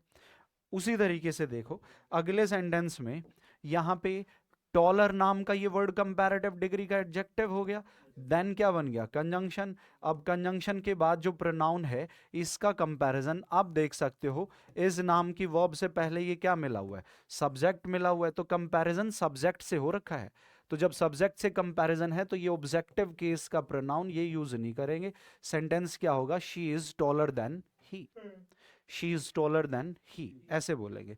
उसी तरीके से यहाँ पे वाइजर नाम का ये वर्ड कंपैरेटिव डिग्री का एडजेक्टिव है, देन कंजंक्शन है, इसके बाद एक प्रोनाउन है सब्जेक्टिव केस का और एक प्रोनाउन है ऑब्जेक्टिव केस का। लेकिन मैं देख सकता हूँ इसका कंपैरिजन ही नाम के सब्जेक्ट से हो रखा है, और क्योंकि सब्जेक्ट से कंपैरिजन है, दैट्स वाई सब्जेक्टिव केस का हम यूज करेंगे। क्या नहीं आएगा, हर नहीं आएगा। He is wiser then she, ऐसे बोलेंगे। डन कर रहे हो। अगले सेंटेंस में देखो, यहां पे भी, यहां पे, अच्छा एक बात और समझना, मैंने क्या बताया कि जब कंपैरिजन दो में हो तो एक कंजंक्शन का क्या आती है, देन आती है, और एक कंजंक्शन ऑफ कंपैरिजन क्या आती है, एज आती है। ध्यान रखना, देन तब आएगा जब एडजेक्टिव कौन सी डिग्री का होगा, कंपैरेटिव डिग्री का। और एज कब आता है, जब एडजेक्टिव पॉजिटिव डिग्री का एडजेक्टिव होता है। एज के साथ कभी भी कंपैरेटिव डिग्री का एडजेक्टिव नहीं मिलेगा, एज के साथ हमेशा पॉजिटिव डिग्री का एडजेक्टिव मिलेगा। जैसे देखो कंपैरिजन दो में है, लेकिन एज पॉजिटिव डिग्री और एज ही होता है। तो यहां पे देखो पॉजिटिव डिग्री का ये एडजेक्टिव आ गया, ठीक है। एक कंजंक्शन कौन आ गई, एज, इसके बाद एक सब्जेक्टिव केस है और एक केस कौन सा है, ऑब्जेक्टिव केस का प्रोनाउन है। लेकिन मैंने देख लिया कि वर्ब से पहले कंपैरिजन किससे हो रखा है, सब्जेक्ट से कंपैरिजन है। और क्योंकि सब्जेक्ट से कंपैरिजन है तो सब्जेक्टिव केस हम क्या यूज करेंगे, वी का यूज करेंगे, अस का यूज नहीं करेंगे। He is as wise as we, ऐसे बोलेंगे।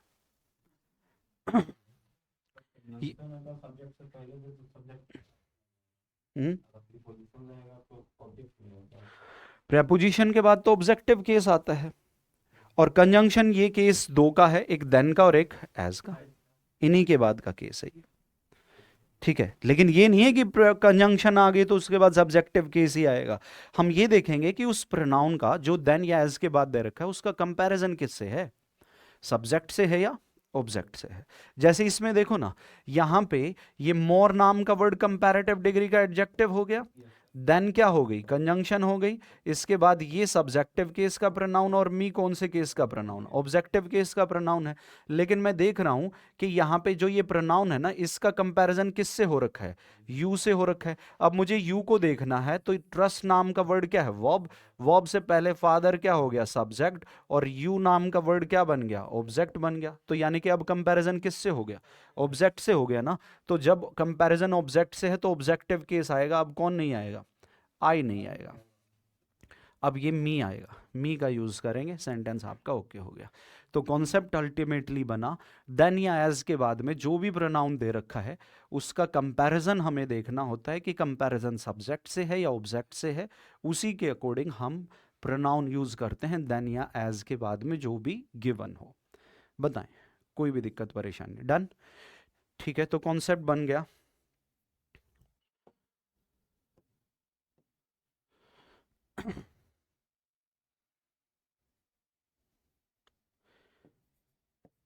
इफ अ प्रोनाउन, यदि कोई भी pronoun which is followed by, जो किसके बाद में दे रखा है, which is followed by than या तो एज, जो प्रोनाउन देन या एज के बाद में दे दिया जाए, एंड कंपेयर्ड विद, ठीक है। जो भी प्रोनाउन, यदि कोई प्रोनाउन जो देन या एज के बाद में दिया गया है एंड कंपेयर्ड विद, और यदि उसको कंपेयर किया गया है अ सब्जेक्ट, सब्जेक्ट से कंपेयर किया गया है तो यूज अ सब्जेक्टिव केस। तो हम कौन से केस का प्रोनाउन यूज करते हैं, सब्जेक्टिव केस का प्रोनाउन यूज करते हैं, use a subjective case. And if, और यदि इट इज कंपेयर्ड विद, और यदि इसको कंपेयर किया गया है विद एन ऑब्जेक्ट, और यदि इसको ऑब्जेक्ट से कंपेयर किया गया है तो यूज करें एन ऑब्जेक्टिव केस। ये कॉन्सेप्ट कंडीशन बनती है। यदि प्रोनाउन जो फॉलोड बाय है, देन या एज के बाद जो दे रखा है जो भी प्रोनाउन, यदि उसको सब्जेक्ट से कंपेयर करते हैं तो हम सब्जेक्टिव केस का प्रोनाउन यूज करते हैं, और जब ऑब्जेक्टिव केस से उसको ऑब्जेक्ट से कंपेयर किया जाता है तो देन या एज के बाद में ऑब्जेक्टिव केस के प्रोनाउन का यूज कर लिया जाता है। ये कॉन्सेप्ट कंडीशन बनती है। बताएं, कोई दिक्कत परेशानी किसी को, डन। चलो तो भाई आगे बढ़ते हैं। एक सेंटेंस है,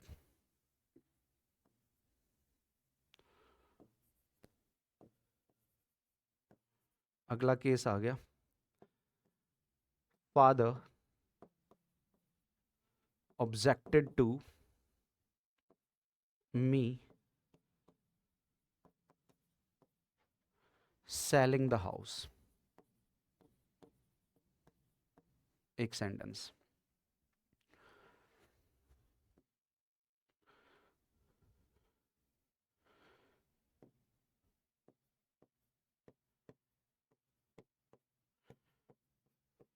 you should not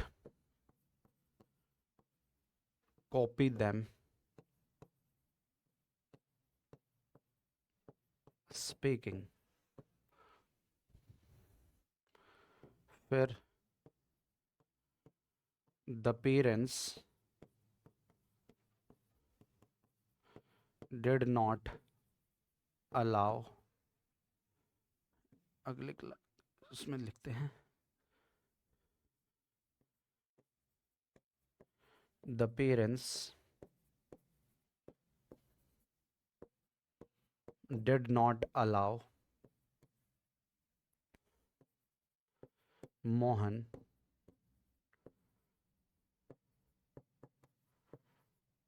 marrying that girl.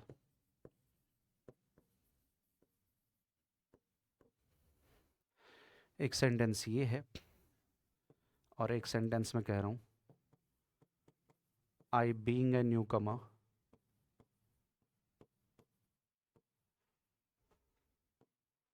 Was very easy. ये डिफरेंट 4 सेंटेंसेस आपको गिवन। देखना भाई, अब इस कॉन्सेप्ट को थोड़ा ध्यान से समझना। पहले सेंटेंस में जाते हैं और आप देख सकते हो कि ये ऑब्जेक्टेड टू नाम का वर्ड बेशक नेचर में क्या है, वर्ब। यस और नो, ये वर्ब हो गई। वर्ब से पहले का सब्जेक्ट कौन है, फादर। अब आप मुझे ये बताओ, जो ऑब्जेक्टेड टू नाम की वर्ब है, ऑब्जेक्ट किया, विरोध किया, ठीक है। अब फादर ने ऑब्जेक्ट किसे किया, मी को। उसने जो है मी को ऑब्जेक्ट बना हुआ है, ठीक है, मेरा विरोध किया, या फिर सेलिंग द हाउस का विरोध किया। एक बात और देख लो, जो सेलिंग द हाउस है ना, ये फर्स्ट फॉर्म प्लस क्या है, आईएनजी, और फर्स्ट फॉर्म प्लस आईएनजी क्या होता है, जिरंड, और जिरंड किसके इक्विवेलेंट होता है, नाउन के। अब हमें यह देखना है कि ऑब्जेक्टेड टू नाम की वर्ब का ऑब्जेक्ट मी है या फिर ये जो जिरंड नाउन बना हुआ है ये ऑब्जेक्ट है, हमें ये देखना है, ठीक है। तो ऑब्जेक्ट दोनों ही हो सकते हैं, फादर ऑब्जेक्टेड टू मी भी हो सकता है और father objected to selling the house भी हो सकता है। लेकिन हमें देखना यह है कि ऑब्जेक्टेड टू नाम के वर्ब का जो है ऑब्जेक्ट है कौन। तो मी इसलिए ऑब्जेक्ट नहीं होगा, सेलिंग द हाउस ही होगा, क्योंकि वो कह रहा है कि फादर ने ऑब्जेक्ट किया, विरोध किया, मेरा विरोध किया या सेलिंग द हाउस का विरोध किया। तो मेरा विरोध नहीं करेगा फादर, मेरा विरोध क्यों करेगा, मुझसे कोई दुश्मनी थोड़ी है जो मेरा विरोध करेगा, यस और नो। लेकिन इस सेंटेंस में एक बात दे रखी है, सेलिंग द हाउस, जो कि उनको लगता है कि वो सही नहीं है। गलत बात का विरोध करेंगे ना, मान लो फादर है, मैं हूं, अब मेरे फादर को मुझसे कोई दुश्मनी थोड़ी हो सकती है। हाँ, मेरे कामों से दिक्कत हो सकती है यदि मेरे काम सही डायरेक्शन में नहीं है, यस और नो। सबके साथ ही यही है। मान लो आपके पेरेंट्स हैं आपके घर में, ठीक है, तो आप उनके बच्चे हो, तो उन आपसे तो प्यार है उनको, ना कि दुश्मनी। हाँ, लेकिन यदि तुम कुछ कोई गलत काम कर दो तो उसका विरोध वो बराबर कर सकते हैं, क्योंकि उनको वो आजादी तो है, ये आजादी तो सबको मिली है, यस और नो। तो इस वर्ब का जो ऑब्जेक्ट है ना मेरे दोस्त, वो बेशक ये जिरंड है जो कि नाउन के इक्विवेलेंट होता है, जो कि ऑब्जेक्ट बना हुआ है। अब एक बात समझो, ये जिरंड नाउन होता है ना, और ये है प्रोनाउन, यस और नो। अब जब नाउन दे दिया तो प्रोनाउन की तो कोई जरूरत ही नहीं होती, क्योंकि प्रोनाउन तो एक ऐसा वर्ड है जो नाउन की जगह पे यूज किया जाता है। प्रोनाउन वही वर्ड तो है, लेकिन जब नाउन दे रखा है तो उसकी जगह पे तो कोई वर्ड यूज होगा नहीं। हाँ, मुझे यह पता जरूर है कि नाउन से पहले ये ऑब्जेक्टिव केस नहीं आएगा। हाँ, इस नाउन के ऊपर पोजेशन शो करने के लिए पोजेसिव केस जरूर आ जाएगा, ठीक है। नाउन के ऊपर अधिकार बताने के लिए पोजेसिव एडजेक्टिव आता है ना, तो इसका पोजेसिव एडजेक्टिव जो हो जाएगा वो क्या हो जाएगा, माई का यूज कर देंगे। फादर ऑब्जेक्टेड टू, फादर ने ऑब्जेक्ट किया, मेरे घर को बेचने को ऑब्जेक्ट किया, यानी कि जो मैं घर को बेचने का जो मेरा प्लान था उसको ऑब्जेक्ट किया उसने। डन कर रहे हो, ठीक है। अगले सेंटेंस में अल्टीमेटली तुम्हें ऑब्जेक्ट फाइंड आउट करना है कि ऑब्जेक्ट कौन है, ये आपको देखना होता है। यू शुडंट कॉपी, आपको कॉपी नहीं करना चाहिए। अब कॉपी का ऑब्जेक्ट देम है या स्पीकिंग, ठीक है। अब देम को कॉपी नहीं करना चाहिए, ऐसा तो कुछ नहीं है, और जो ऑब्जेक्ट बना हुआ है ना, जो जिरन, वो कौन बना हुआ है? स्पीकिंग। अब ये हो गया जिरन। जिरन किसके इक्विवेलेंट होता है? नाउन के इक्विवेलेंट होता है। और जब नाउन है तो प्रोनाउन नहीं आएगा। हाँ, नाउन के ऊपर पोजेशन शो करने के लिए पोजेसिव केस जरूर यूज करते हैं, जो कि क्या हो जाएगा? देयर हो जाएगा। You should not copy their speaking. Done कर रहे हो? अब एक बात और बताना, यहां पे तो ये वर्ब के बाद हम देख रहे थे कि ऑब्जेक्ट ये बन रहा है या ऑब्जेक्ट ये बन रहा है, इस वर्ब के बाद ऑब्जेक्ट ये बन रहा है या ऑब्जेक्ट ये बन रहा है, ये देखा था ना हमने। लेकिन अब यहां पे फर्क है, अब यहां पे वोज नाम का वर्ड क्या है? Verb.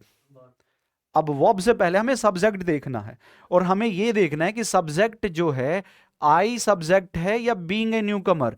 Being a newcomer be plus ING है ना, ये भी फर्स्ट फॉर्म प्लस आईएनजी है ना, तो ये भी क्या हो गया? जिरन हो गया। जिरन नाउन के इक्विवेलेंट होता है। अब सब्जेक्ट कौन है? सब्जेक्ट ये बीइंग अ न्यूकमर है या फिर सब्जेक्ट आई है?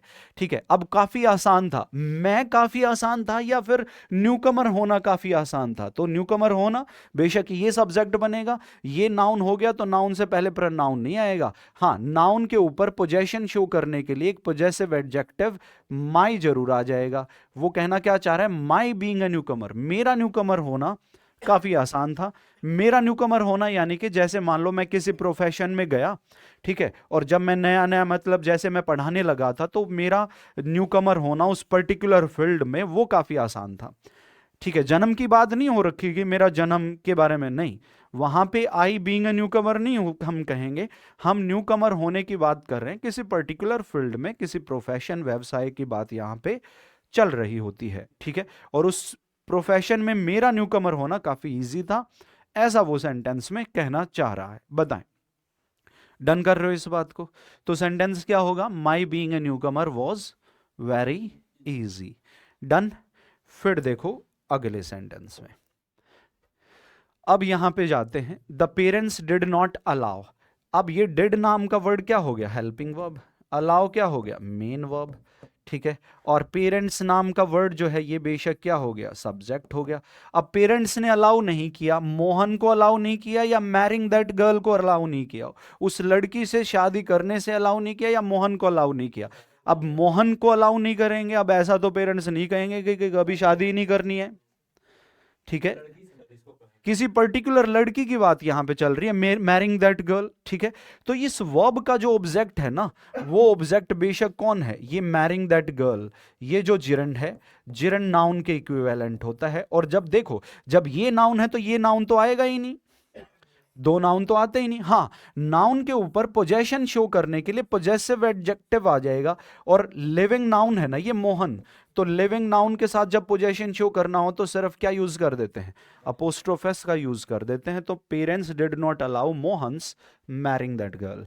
तो ऐसे सिचुएशन में जब वर्ब के बाद ऑब्जेक्ट तय करना हो, नाउन, प्रोनाउन या फिर जिरन में से कोई एक ऑब्जेक्ट देखना हो, तो अल्टीमेटली वहां पे जो ऑब्जेक्ट होते हैं ज्यादातर वो क्या होते हैं? जो है जिरन होता है, और जिरन से पहले प्रोनाउन है तो उसका पोजेसिव केस आ जाएगा। ठीक है, प्रोनाउन है तो पोजेसिव केस आ जाएगा, और नाउन है तो, लिविंग नाउन है तो उस पे पोजेशन शो करने के लिए अपोस्ट्रोफ एस का यूज कर देंगे। ठीक है, डन कर रहे हो? ठीक है, तो कॉन्सेप्ट निकल के सामने आया।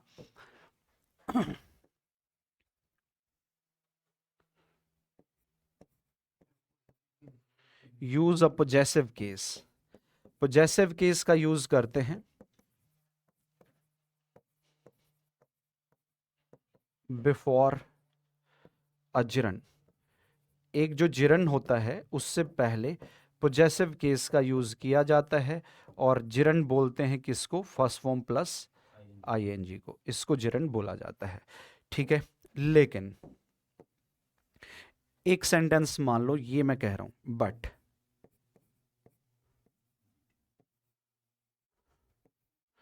एक सेंटेंस में कह रहा हूं, आई सा मोहन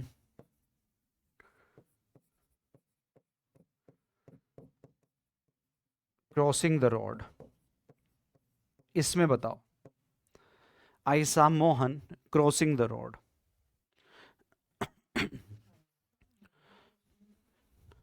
या फिर ऐसे हो, आई सा हिम क्रॉसिंग द रोड। एक में नाउन दे दिया और एक में प्रोनाउन दे दिया। हाँ, इन दोनों सेंटेंसेस में देखना भाई।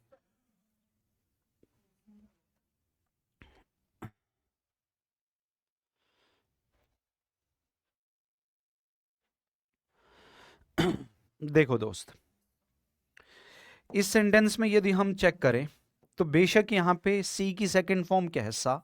वर्ब से पहले ये क्या हो गया, सब्जेक्ट। वर्ब के बाद या तो मोहन ऑब्जेक्ट है या फिर क्रॉसिंग द रोड ऑब्जेक्ट है, यही तो तय करना है हमें। इससे पहले भी यही बात चल रही थी। लेकिन हमेशा ध्यान रखना, मैंने देखा, मोहन को देखा या रोड क्रॉस करते हुए देखा? किसको? मोहन को देखा ना। देखा किसको पहले ये बताओ? मोहन को देखा है ना। क्या करते हुए? रोड क्रॉस करते हुए। तो यहां पे जो ऑब्जेक्ट बनेगा ना, वो मोहन बनेगा। और ये जो फर्स्ट फॉर्म प्लस आईएनजी है ना, फर्स्ट फॉर्म प्लस आईएनजी, ये जिरंड नहीं है, ये है sir present participle. Present participle. और प्रेजेंट पार्टिसिपल जो होते हैं ना, वो एडजेक्टिव का काम करते हैं। और क्रॉसिंग द रोड ये किसकी विशेषता बता रहा है? मोहन की। मोहन की विशेषता है कि मोहन क्या कर रहा था? रोड क्रॉस कर रहा था।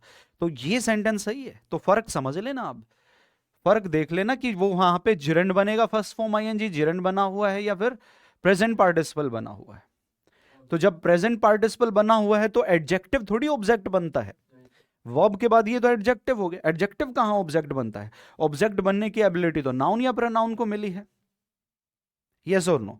तो यहां पे ऑब्जेक्ट तो हो गया मोहन ही, और मोहन की विशेषता है कि वो रोड को क्रॉस कर रहा था। तो crossing the road first form ING तो है, लेकिन ये प्रेजेंट पार्टिसिपल है, ये एडजेक्टिव है जो कि मोहन नाम के नाउन की विशेषता को बता रहा है। तो ये सही है सेंटेंस। और उसी तरीके से अब यहां पे भी सी की सेकंड फॉर्म क्या है? सा। अब ये क्या हो गया? सब्जेक्ट हो गया। अब मैं पर्सन को देखूंगा या रोड क्रॉस करते हुए देखूंगा? रोड क्रॉस करते हुए क्या? रोड क्रॉस करते हुए तो कोई चीज नहीं देखी जाती, पर्सन को देखते हैं ना, पर्सन रोड क्रॉस करता है ना। ठीक है। या फिर तैरने का काम, अब तैरने को क्या तुम बिना इंसान के तैरने को बिलीव कर सकते हो कि तुम तैरना देख लोगे यदि कोई इंसान ना हो? इंसान तैरेगा ना। यस और नो? ठीक है। डॉग्स को देखोगे ना बार्क करते हुए, बार्किंग करना किसकी अब बार्किंग को बिना डॉग्स के कैसे देख लोगे कि बार्किंग क्या चीज होती है? डॉग्स होंगे तो डॉग्स को देखोगे बार्क करते हुए। यस और नो? तो यहां पे मैंने देखा है किसको? मोहन को। और वर्ब के बाद ऑब्जेक्टिव केस आता है, हिम ऑब्जेक्टिव केस ही तो है। और ये जो क्रॉसिंग द रोड है ना, ये बेशक आपका प्रेजेंट पार्टिसिपल है। और प्रेजेंट पार्टिसिपल ये आपका सेंटेंस में एडजेक्टिव का काम कर रहा है। सही है दोनों सेंटेंस। तो फर्क समझ लें आप यहां पे कि मेनली फर्क क्या है। ऑब्जेक्ट कौन है, ये हमें देखना होता है।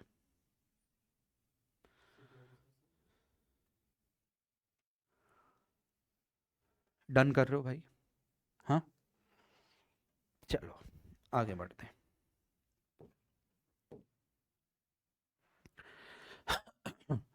एक सेंटेंस ये देखो, आई,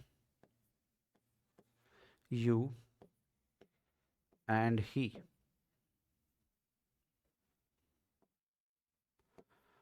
आर अवेयर ऑफ,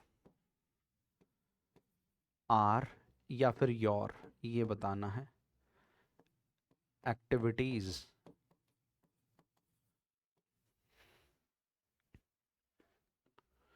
एक सेंटेंस है, वी, यू एंड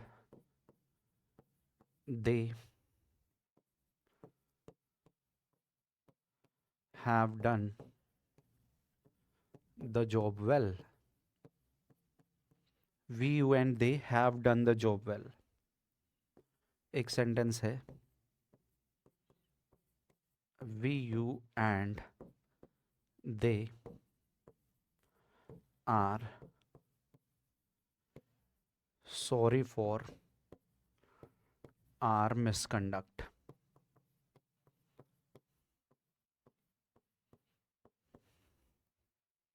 ये देखना। अब ये जो कॉन्सेप्ट है ना, समझने की कोशिश करना।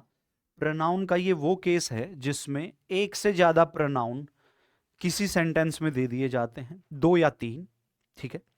एक दे रखा है तो कोई बात ही नहीं रहती, 2 या 3 प्रोनाउन दे दिए जाएंगे और आपको उन प्रोनाउंस को एक सीक्वेंस में रखना होता है, ठीक है। तो प्रोनाउन के सीक्वेंस का कॉन्सेप्ट है ये, कि ऐसा नहीं कि कोई भी प्रोनाउन कहीं पे भी यूज कर लोगे पहले बाद में, नहीं, उनका एक प्रॉपर सीक्वेंस होता है और सीक्वेंस के होने की बनाने की वजह है, ठीक है। और सीक्वेंस को ब्रेक करके सेंटेंस में एरर दी जाती है, यानी कि प्रोनाउन जिस सीक्वेंस में होने चाहिए उस सीक्वेंस में ना देके किसी दूसरे सीक्वेंस में देके ही वो क्वेश्चन में एरर बनाता है, ठीक है। तो क्या सीक्वेंस है सर, वो समझेंगे, देखेंगे। देखें यहां पे आई फर्स्ट पर्सन है और फर्स्ट पर्सन का सिंगुलर होता है ये, और ही थर्ड पर्सन है और थर्ड पर्सन का ये सिंगुलर है। तो जब 2 सिंगुलर दे रखे हो ना, तो ये इस यू को भी सेकंड पर्सन का सिंगुलर मान लिया जाता है। यू सिंगुलर भी होता है और यू प्लूरल भी होता है, लेकिन फर्क ये है जब वी और दे प्लूरल है तो इसको प्लूरल माना जाएगा, और जब ये दोनों सिंगुलर हैं तो इसको क्या मान लिया जाता है, सिंगुलर मान लिया जाता है, ठीक है। तो इसका सीक्वेंस क्या रहेगा, तीनों सिंगुलर है ना, यहां पे तीनों प्लूरल हैं, ठीक है। तो सीक्वेंस जो होता है उसके बारे में हम बात करेंगे, proper sequence of pronouns, proper sequence of pronouns.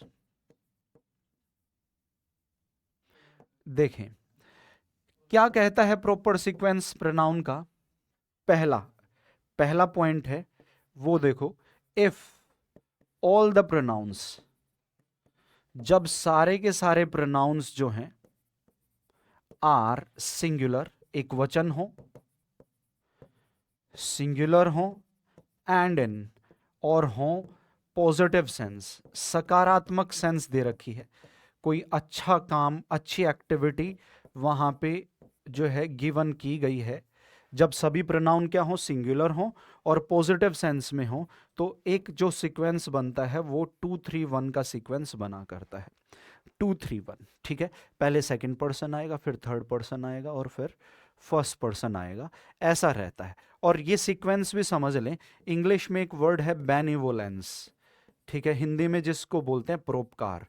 बेनिवोलेंस कहता है, परोपकार कहता है कि यदि कोई अच्छा काम हो जाए ना, पॉजिटिव सेंस हो, ठीक है, यदि कोई अच्छा काम हो जाए, पॉजिटिव सेंस दे रखी हो और प्रोनाउन सिंगुलर हो, तो अच्छे काम के लिए सबसे पहले क्रेडिट दिया जाता है सुनने वाले को, लिसनर्स को, सेकंड पर्सन होते हैं ना लिसनर्स, फिर क्रेडिट दिया जाता है अच्छे काम के लिए थर्ड पर्सन को, जिसके बारे में हम बात कर रहे थे, और आखिर में क्रेडिट किसको, खुद को दिया जाता है, ठीक है। क्योंकि यदि पहले ही खुद को क्रेडिट दे दोगे तो ये बेनिवोलेंस नहीं रहा, ये तो ईगो हो गया, ये तो एक ईगो का कॉन्सेप्ट हो गया। मैं पहले कब आता है, जो पर्सन ईगोइस्ट होते हैं वो पहले मैं को करते हैं ना, ठीक है। ईगोटिस्ट होता है जो अपने ही बारे में बातें करते रहते हैं, वो ईगोटिस्ट होता है। ईगोइज्म एक तरीके की जो है, ये एक जो है फिलॉसफी होती है, ईगोइस्ट लोगों की जो फिलॉसफी है उसको हम क्या बोलते हैं, ईगोइज्म बोलते हैं, ठीक है। ईगो मैनिएक होता है जो ईगो से रिलेटेड मैनिया आ जाए, पागलपन आ जाए, जो टेररिस्ट वगैरह होते हैं ईगो मैनिएक होते हैं। ईगो सेंट्रिक होते हैं जिनका पूरा फोकस, जिनका सेंटर जो है ईगो, मैं के चारों तरफ घूमता रहता है, अपने ही बारे में बात करते रहेंगे, जो है मैं ये, मैं वो, मैंने ये कर दिया, ठीक है, वो ईगो सेंट्रिक हो जाते हैं। तो जो है, लेकिन जो हमेशा, अब तुमने कभी भी देखा होगा तुमने कभी भी देखा होगा कोई भी टीम जीत जाती है ना, तो कैप्टन से पूछा जाता है, तो वो पहले तो बताता है कि हाँ यार बैट्समैन बहुत अच्छा खेले, ठीक है, और फील्डर्स ने भी बहुत अच्छा किया, बॉलर भी हमारे बहुत अच्छे थे, और यदि उसने भी सेंचुरी लगाई हो तो फिर वो बाद में आके अपना नाम लेगा कि मेरी सेंचुरी ने भी थोड़ा कंट्रीब्यूशन किया, है ना। और लेकिन यदि कोई बुरा काम हो जाए तो सबसे पहले क्रेडिट कैप्टन खुद को लेता है। कोई पार्टी, कोई पॉलिटिकल पार्टी हार जाती है किसी इलेक्शन में, तो सबसे पहले उस पार्टी के जो राष्ट्रीय अध्यक्ष हैं पहले वो क्रेडिट लेते हैं कि भाई मेरी वजह से हुआ ये सब कुछ गलत, क्योंकि अध्यक्ष तो मैं था ना, उसकी वो हो रही थी ना वहां पे कि वो क्या प्लान, बेशक पीछे कोई और प्लान कर रहा हो, लेकिन राष्ट्रीय अध्यक्ष जो होता है, अब जैसे बीजेपी की ही बात करें तो बेशक चाहे नड्डा को कोई पूछता हो या ना पूछता हो, लेकिन हैं तो वही ना, पहले वो क्रेडिट लेंगे। ठीक है, खड़गे हैं कांग्रेस में, चाहे बेशक खड़गे की कुछ ना चलती हो, लेकिन खड़गे जी जो हैं वो जो है अध्यक्ष हैं, तो वो अपना जो है पहले कहेंगे कि भाई मेरी वजह, मैं सही से प्लान नहीं कर पाया चीज़ें। ठीक है, ऐसे ही घर में भी मान लो कुछ गलत हो जाता है ना, कुछ बुरा हो जाता है, तो सबसे पहले परिवार का हेड कहता है कि मेरी कमी रह गई कुछ ना कुछ, जो है तुम्हें पालने पोसने में मुझे ही दिक्कत, मेरी ही दिक्कत कमियां रही, इस वजह से ये बुरा काम हो गया परिवार में, नहीं तो नहीं होना चाहिए था।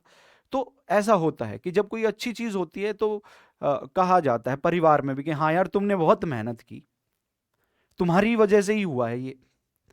अब मान लो तुम्हारी जॉब लग जाएगी, तो जॉब लग जाएगी तो तुम्हारे घर वाले ये नहीं कहेंगे कि हम हमारी वजह से हुआ है, देखो तुम जॉब लग गए, हमने किया, नहीं। वो यही कहेंगे कि यार तुमने, हाँ तुमने मेहनत की और तुम दिन रात लगे रहे, तो तुम्हारे ही है ये, तो जो है रिवार्ड तुम्हें ही मिलना चाहिए पहले तो।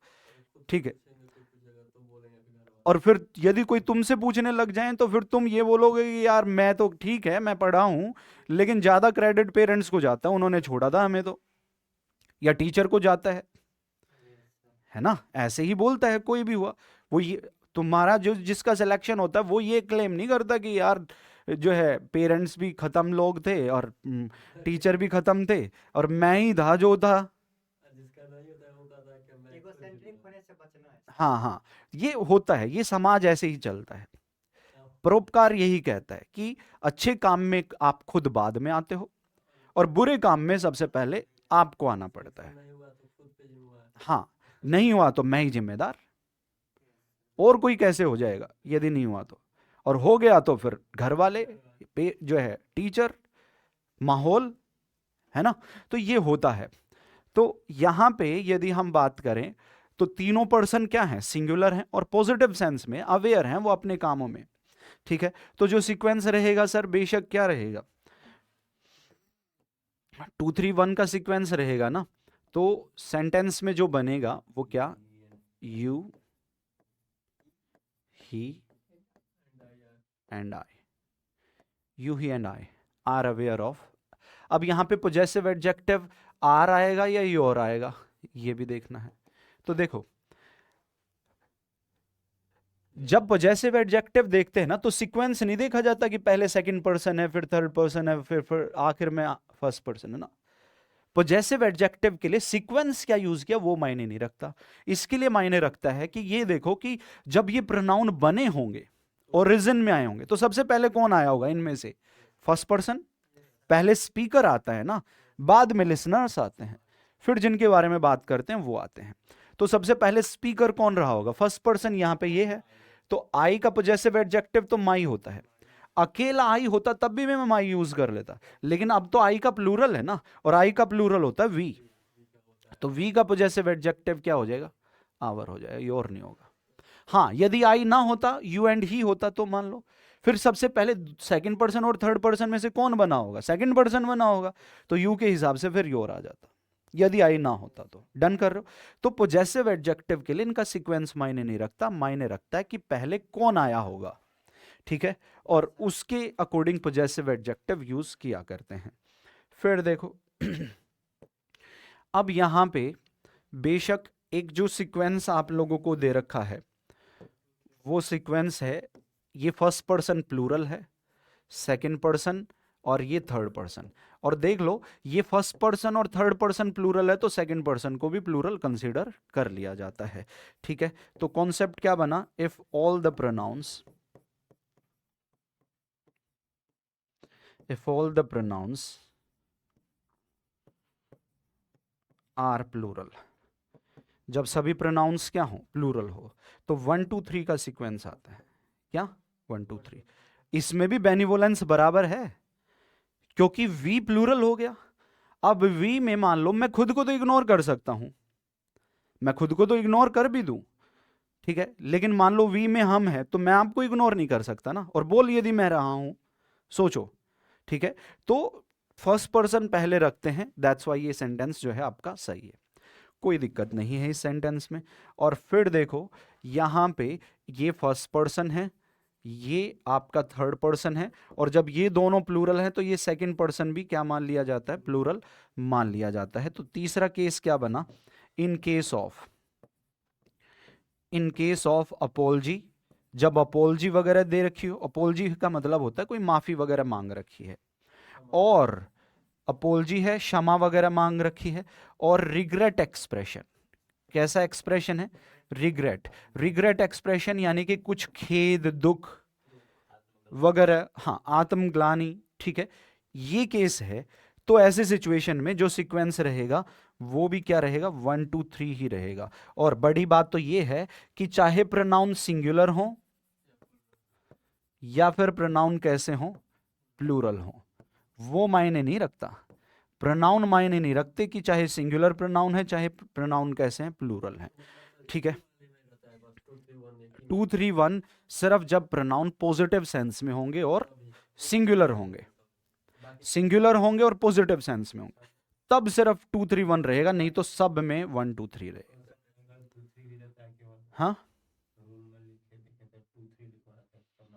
2 3 तो ये तब होगा ना जब कोई एक फर्स्ट पर्सन नहीं है तो 2 3, सेकंड नहीं है तो 1 3, थर्ड नहीं है तो 1 2, भूल जाओ, आप सिर्फ इसको याद रखो ना।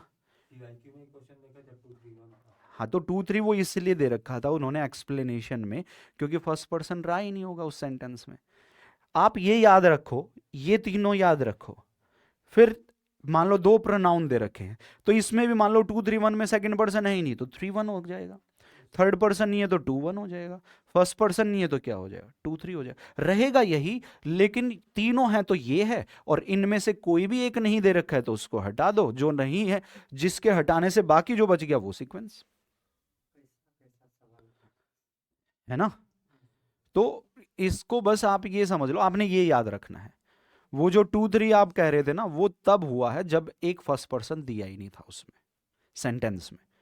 तो आप बस 2 3 क्यों याद रखना, हम इसको याद रखेंगे, फर्स्ट पर्सन नहीं है तो ये देखो, यदि पॉजिटिव सेंस में है और सिंगुलर है तो 2 3 हो जाएगा, और यदि यहां पे फर्स्ट पर्सन नहीं है और प्लूरल थे तो क्या हो जाएगा, 2 3 हो जाएगा। डन, ठीक है। तो अब इस सेंटेंस में देखो, ये जो वर्ड है ना सर, सॉरी फॉर, ये बेशक किसको शो कर रहा है, अपॉलजी को शो कर रहा है। तो अपॉलजी के केस में चाहे सिंगुलर है तो भी 1 2 3 ही सही है। और मान लो इस अवेयर ऑफ की जगह यहां होता सॉरी फॉर, अवेयर ऑफ की जगह पे ये सॉरी फॉर होता, और प्रोनाउन सिंगुलर है, तब भी क्या हो जाता, 1 2 3, फिर ये I you and he are, sorry for our activities, सही हो जाता। डन कर रहे हो इस बात को, एग्री, यहां तक कोई दिक्कत परेशानी। इसमें ये दो सेंटेंस देखना, एक सेंटेंस मान लो मैं कहता हूं I you and he are ashamed of our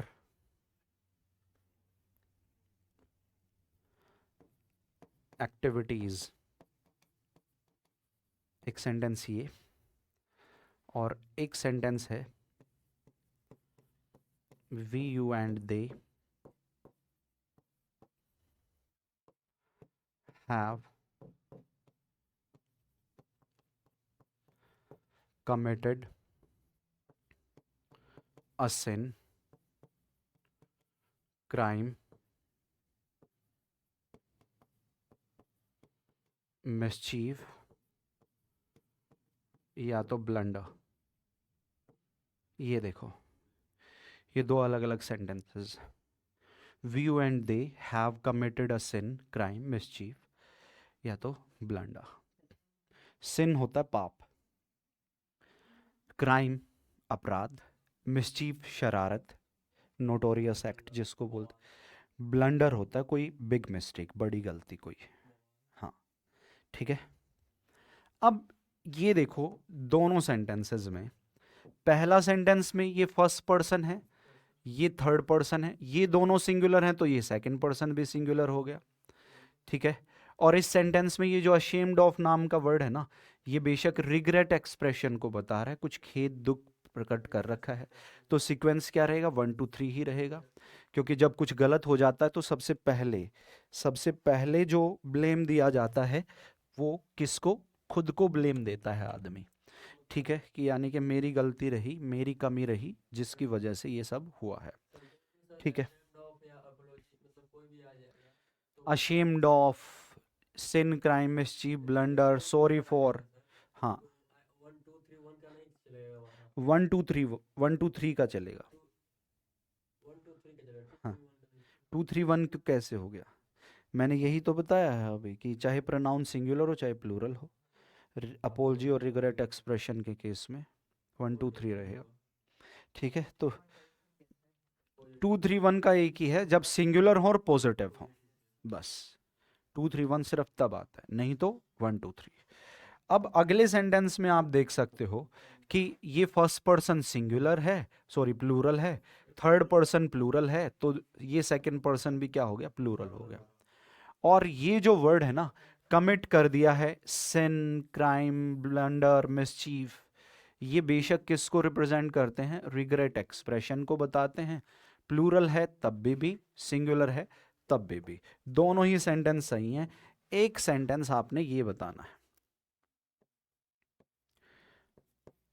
I, you and he are not sorry for, या फिर are not ashamed of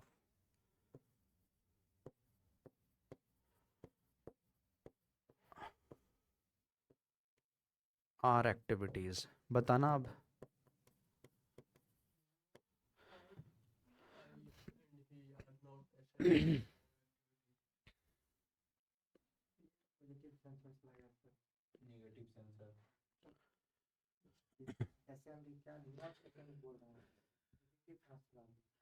बताओ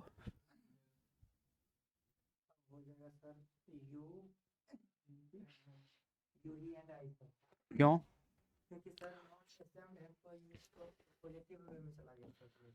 देखो सुनो, यहां पे वर्ड यूज किया गया है नॉट अशेम्ड ऑफ, यस और नो। वो कहना चाह रहा है कि वो अशेम्ड नहीं है, शर्मिंदा नहीं है। लेकिन यदि वो कह रहा है कि अशेम्ड नहीं है, शर्मिंदा नहीं है, तो क्या इसका मतलब ये हो गया कि वो बेगुनाह है? जैसे आप हो, ठीक है, आप कहना चाह रहे हो कि मेरी कोई गलती नहीं है, मैं शर्मिंदा नहीं हूं, तो तुम शर्मिंदा नहीं हो तो क्या हो गया, 10 दिन बाद हो जाओगे, 10 साल बाद हो जाओगे। बहुत बार ऐसा होता है कि एक पॉइंट ऑफ टाइम पे हमसे कोई गलती तो हो गई, लेकिन उस पॉइंट ऑफ टाइम पे हमारा माइंड नहीं उसको मानना चाह रहा होता उसकी गलती हुई है, लेकिन गलती तो हुई है। तो नॉट अशेम्ड ऑफ होना ये बेशक रिग्रेट एक्सप्रेशन को ही बता रहा है भाई। ये किसको रिप्रेजेंट ही कर रहा है, रिग्रेट एक्सप्रेशन को ही डिनोट कर रहा है। आप आज अशेम्ड ऑफ नहीं है तो हो जाएंगे बाद में। बहुतों बार ऐसा होता है, और यंग एज में तो खासकर, ठीक है, जो अभी आपकी एज चल रही है इसमें तो होता ही यही है। ठीक है, कि आदमी गलती भी कर देता है और वो कहता है कि नहीं यार ठीक है ना, क्योंकि एक अलग ही जो है एक साइकोलॉजी होती है इस टाइम पे हमारी। हाँ, और हमें लग रहा होता है कि मैं जो कर रहा हूं वो सही है, मैं जो कर रहा हूं वो गलत हो ही नहीं सकता। तो अशेम्ड ऑफ नहीं है, लेकिन ये वर्ड बता रहा है अशेम्ड ऑफ, ये वर्ड तय कर रहा है कि कुछ ना कुछ गड़बड़ तो हुई है। यदि वो कह रहा होता नॉट सॉरी फॉर, हम सॉरी फॉर नहीं है, अभी सॉरी फॉर नहीं है तो हो जाओगे बाद में, लेकिन सॉरी जैसे ही आ गया, अशेम्ड जैसे ही आ गया, या फिर ये कह दे हैव नॉट कमिटेड, उन्होंने कमिट नहीं किया है, तुम बोल रहे हो ना ये तो कमिट नहीं किया है, सिन तो हुआ है ना वहां पे कुछ ना कुछ, देख लेंगे प्रूव होगा तो किया है या नहीं किया, वो तो टाइम बताएगा, यस और नो।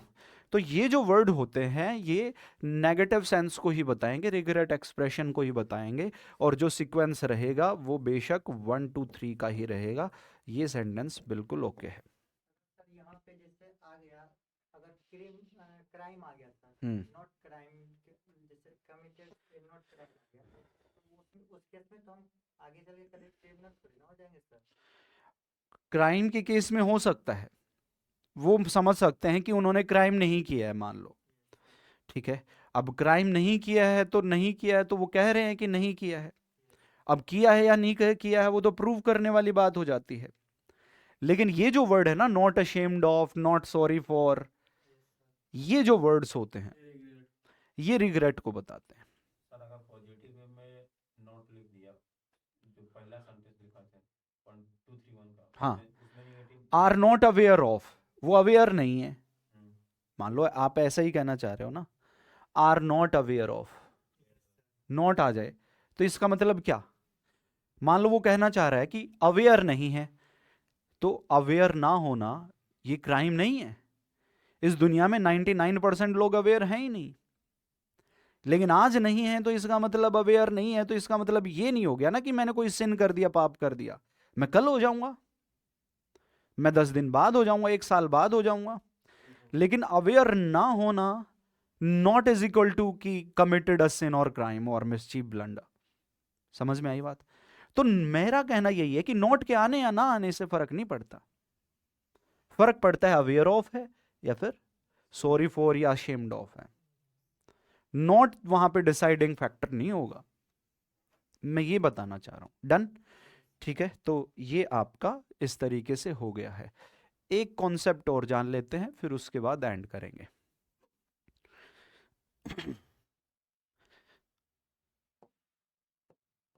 ये बताओ,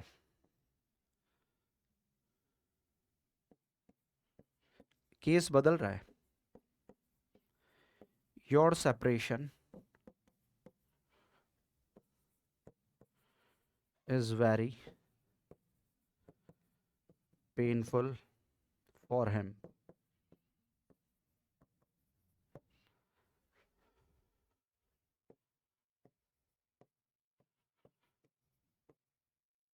I need his favour please. ये देखो 2 सेंटेंसेस आपके सामने। इन सेंटेंसेस में देखो भाई, इस सेंटेंस में बेशक इस नाम का ये वर्ड क्या है, वर्ब, वर्ब से पहले सेपरेशन नाम का वर्ड क्या है, नाउन, और नाउन से पहले ये पोजेसिव एडजेक्टिव कौन है, योर। यस और नो? अब देखो, आम तौर पे बहुत सिंपल सी बात है कि जो पोजेसिव एडजेक्टिव आता है ना, वो किससे पहले ही आया करता है, नाउन से पहले ही आया करता है। मैंने बताया था ना, जब नाउन दे रखा होगा तो इस नाउन के ऊपर पोजेशन शो करने के लिए पोजेसिव एडजेक्टिव आता है। जैसे ही मान लो ये मार्कर है, इस पे अधिकार बताना है तो पोजेसिव एडजेक्टिव आएगा इससे पहले। मान लो मैं अपना अधिकार बताना चाह रहा हूं तो my marker, your marker, his marker, her marker या फिर देयर मार्कर। ठीक है, हाउस है तो my house, your house, his house, her house, their house. किसी भी नाउन से पहले पोजेसिव एडजेक्टिव्स आते हैं, बहुत सीधी सी बात है। लेकिन ये जो नाउन है ना, जैसे सेपरेशन, या फिर अगले सेंटेंस में जो एक नाउन दे रखा है जो है वो कौन है, फेवर। फेवर नाम के नाउन से पहले हिज पोजेसिव एडजेक्टिव है। कुछ नाउन ऐसे होते हैं जिनसे पहले पोजेसिव एडजेक्टिव नहीं आता। ठीक है, 99.9% नाउन से पहले पोजेसिव एडजेक्टिव आता है, लेकिन सेपरेशन और फेवर उनमें से है जिनसे पहले पोजेसिव एडजेक्टिव कभी आएगा ही नहीं। सेपरेशन के साथ हम यूज करेंगे प्रेपोजिशन क्या, फ्रॉम, और प्रेपोजिशन के बाद सब्जेक्टिव केस आएगा या ऑब्जेक्टिव, ऑब्जेक्टिव ना, तो इसका ऑब्जेक्टिव केस क्या होगा, यू। ऑब्जेक्टिव केस ये हो गया, ये प्रेपोजिशन हो गई, प्रेपोजिशन के बाद प्रेपोजिशन का ऑब्जेक्ट हो गया। तो जैसे ही बोलोगे separation from you is very painful for him, sentence तुरंत ओके। क्यों? क्योंकि योर सेपरेशन, यदि मैं कहूं योर सेपरेशन, आपका अलगाव, उसके लिए काफी पेनफुल है। तो जब आपका अलगाव है तो फिर बता किसको रहे हो? मान लो मैं तुम्हें कहता हूं कि तुम्हारा अलगाव उसके लिए काफी पेनफुल है, ठीक है, मान लो मैं तुम्हें कह रहा हूं कि तुम्हारा अलगाव, तो तुम्हारा अलगाव इट मीन्स कि अलग कौन हुआ? तुम हुए। और जब तुम ही अलग हो गए तो मैं किसको बताऊंगा फिर? यदि मैं तुम्हें कह रहा हूं तुम यहां बैठे हो, तो इट मीन्स अलग तुम नहीं हुए हो। अलग कौन हुआ है? वो अलग हुआ है। किससे अलग हुआ है? तुमसे अलग हुआ। तुम तो हो ना मेरे सामने, तभी तो बोल रहा हूं कि तुमसे अलग होना उसके लिए काफी पेनफुल है। और यदि मैं कह रहा हूं तुम्हारा अलगाव, योर सेपरेशन कहता हूं, योर सेपरेशन का तो मतलब हो गया कि तुम अलग हो गए। तो फिर मैं जब तुम अलग हो गए तो मैं एड्रेस किसको करूंगा? समझो, यानी कि तुम तो हो यहीं पे, तुमसे अलग हुआ है कोई, जो उसके लिए काफी पेनफुल हो गया है। तो हम क्या बोलेंगे? Separation from you. Your separation सिर्फ एक कंडीशन में बोल सकते हैं, जब कोई इंसान इस दुनिया में ना रहे। और कभी याद करना, तुम्हारा कोई ऐसा दोस्त हो जो इस दुनिया में नहीं रहा और जो है वो कहीं चला गया, ठीक है, या डेथ हो गई उसकी, और तुम्हें एक दिन उसकी याद आ रखी है और याद में तुम बोल रहे हो कि यार योर सेपरेशन, तुम्हारा सेपरेशन। यहां पे हो सकता है योर सेपरेशन, लेकिन वो ख्यालों की बात नहीं होती ना लैंग्वेज में, ठीक है। तो वो तो इसका मतलब योर सेपरेशन, वो मेरा दोस्त नहीं रहा, वो तो चला ही गया, यानी कि इस दुनिया में ही नहीं है। वही बात होगी यहां पे योर सेपरेशन कहोगे तो। लेकिन मैं तुम्हें बता रहा हूं ना, इट मीन्स तुम बैठे हो यहां पे, तुमसे अलग हुआ है कोई और, अलग हुआ है, वो चला गया है और उसके लिए पेनफुल हुआ है ये। तो क्या कहेंगे? Separation from you is very painful for him. और उसी तरीके से फेवर नाम का ये नाउन है, इस नाउन से पहले एक पॉजेसिव एडजेक्टिव क्या नहीं आएगा? हिज नहीं आएगा। आई नीड हिज फेवर, नहीं, मुझे उसका फेवर नहीं चाहिए, मुझे उससे फेवर चाहिए। तो फेवर फ्रॉम भी आ जाता है, ऑफ भी आ जाता है, और इसके बाद ऑब्जेक्टिव केस कौन सा होगा? हिम। तो सेंटेंस क्या होगा? I need favour from him या फेवर ऑफ हिम प्लीज। ठीक है। कौन कौन से नाउन हैं जो इस केस के अंडर आते हैं? Nouns like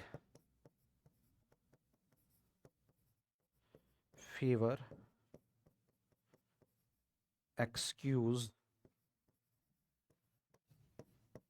leave, mention, report, sight and separation.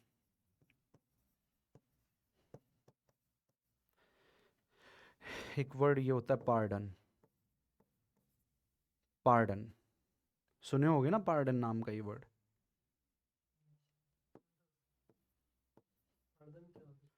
Pardon का मतलब होता है एक क्षमा।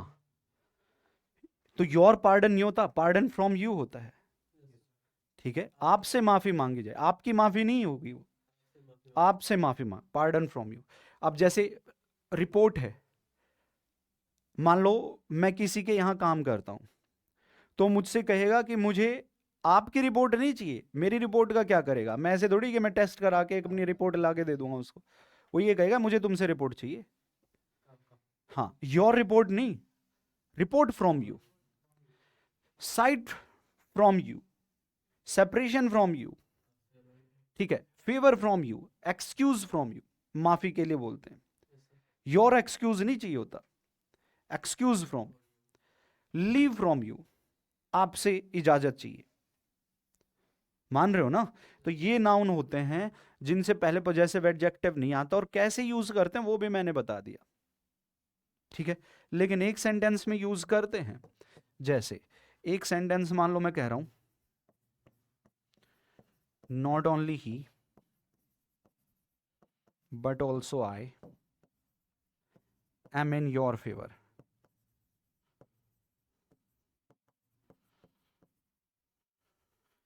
ना सिर्फ ही बल्कि मैं भी तुम्हारे फेवर में हूं। यहां पे ध्यान रखना, फेवर का मतलब जब सपोर्ट से होता है, किससे होता है? सपोर्ट, मदद से होता है, साइड से होता है, सॉरी। ना सिर्फ ही बल्कि मैं भी तुम्हारे फेवर में हूं, तुम्हारे सपोर्ट में हूं। तो जब सपोर्ट से इसका मतलब होता है ना, तो फेवर से पहले, इस फेवर नाम के नाउन से पहले क्या आ जाएगा? पॉजेसिव एडजेक्टिव आ जाएगा, ठीक है। लेकिन यदि जब फेवर का मतलब, जब फेवर का मतलब क्या हो जाए? फेवर का मतलब मदद से है, ठीक है, तो फिर जो है हम यूज कर दें। योर फेवर नहीं होता, फेवर फ्रॉम यू होता है। आपसे कोई मदद चाहिए। सर वो वाला एक बार फिर से बताइए, I need his favour please. हाँ, तो मुझे उसका फेवर नहीं चाहिए, उससे फेवर चाहिए, उससे मदद चाहिए, हेल्प के केस में है। ठीक है, जब फेवर का मतलब किससे है, जब फेवर का मतलब हेल्प से है, ऐसे नहीं, आप लिख लें, जब फेवर का मतलब किससे है, हेल्प से है, ऐसा समर्थन कर रहा है। हाँ, समर्थन से। ठीक है, ये फर्क होता है। एक केस बच गया है इसमें अभी, लेकिन वो हाँ लंबा केस है, कम से कम 30-40-50 मिनट चाहिए उसके लिए। हाँ, सर ये तो ठीक है सर। और वर्ड वर्ड सर मतलब वोकैब के लिए, वोकैब के लिए अगली क्लास से कर लेंगे वोकैब भी। वोकैब भी तो सर। हाँ बिल्कुल करेंगे, अगली क्लास से कर लेते हैं। अच्छा, मैंने सर को, जो यहाँ पे बैठते हैं ना वो, ठीक है, संदीप क्या नाम है उनका, हाँ दीपक, दीपक को आर्टिकल की भी शीट भेज दी और प्रोनाउन की भी, तो उसकी पीडीएफ निकलवा लेना, फोटो कॉपी करवा लेना उनको बोल के, उसका प्रैक्टिस करेंगे। उसको प्रैक्टिस करना। कल क्लास शायद ना हो, परसों क्लास में तुम्हारी रखूँगा। ठीक है, एक क्लास जो कल नहीं ले पाए थे, हाँ ठीक है, वो क्लास रखेंगे, तो तुम्हारे आर्टिकल के डाउट लेके आना, क्योंकि आर्टिकल पढ़ा है ना अभी हमने। ठीक है, प्रोनाउन तो अभी रहता है, तो आर्टिकल के जितने भी कुछ डाउट हो पहले उसको सोल्व करना, जो नहीं है बने वो मुझसे पूछना। डन, कोई दिक्कत यहाँ तक? चले, तो आज के लिए इतना ही, सभी को जय हिंद।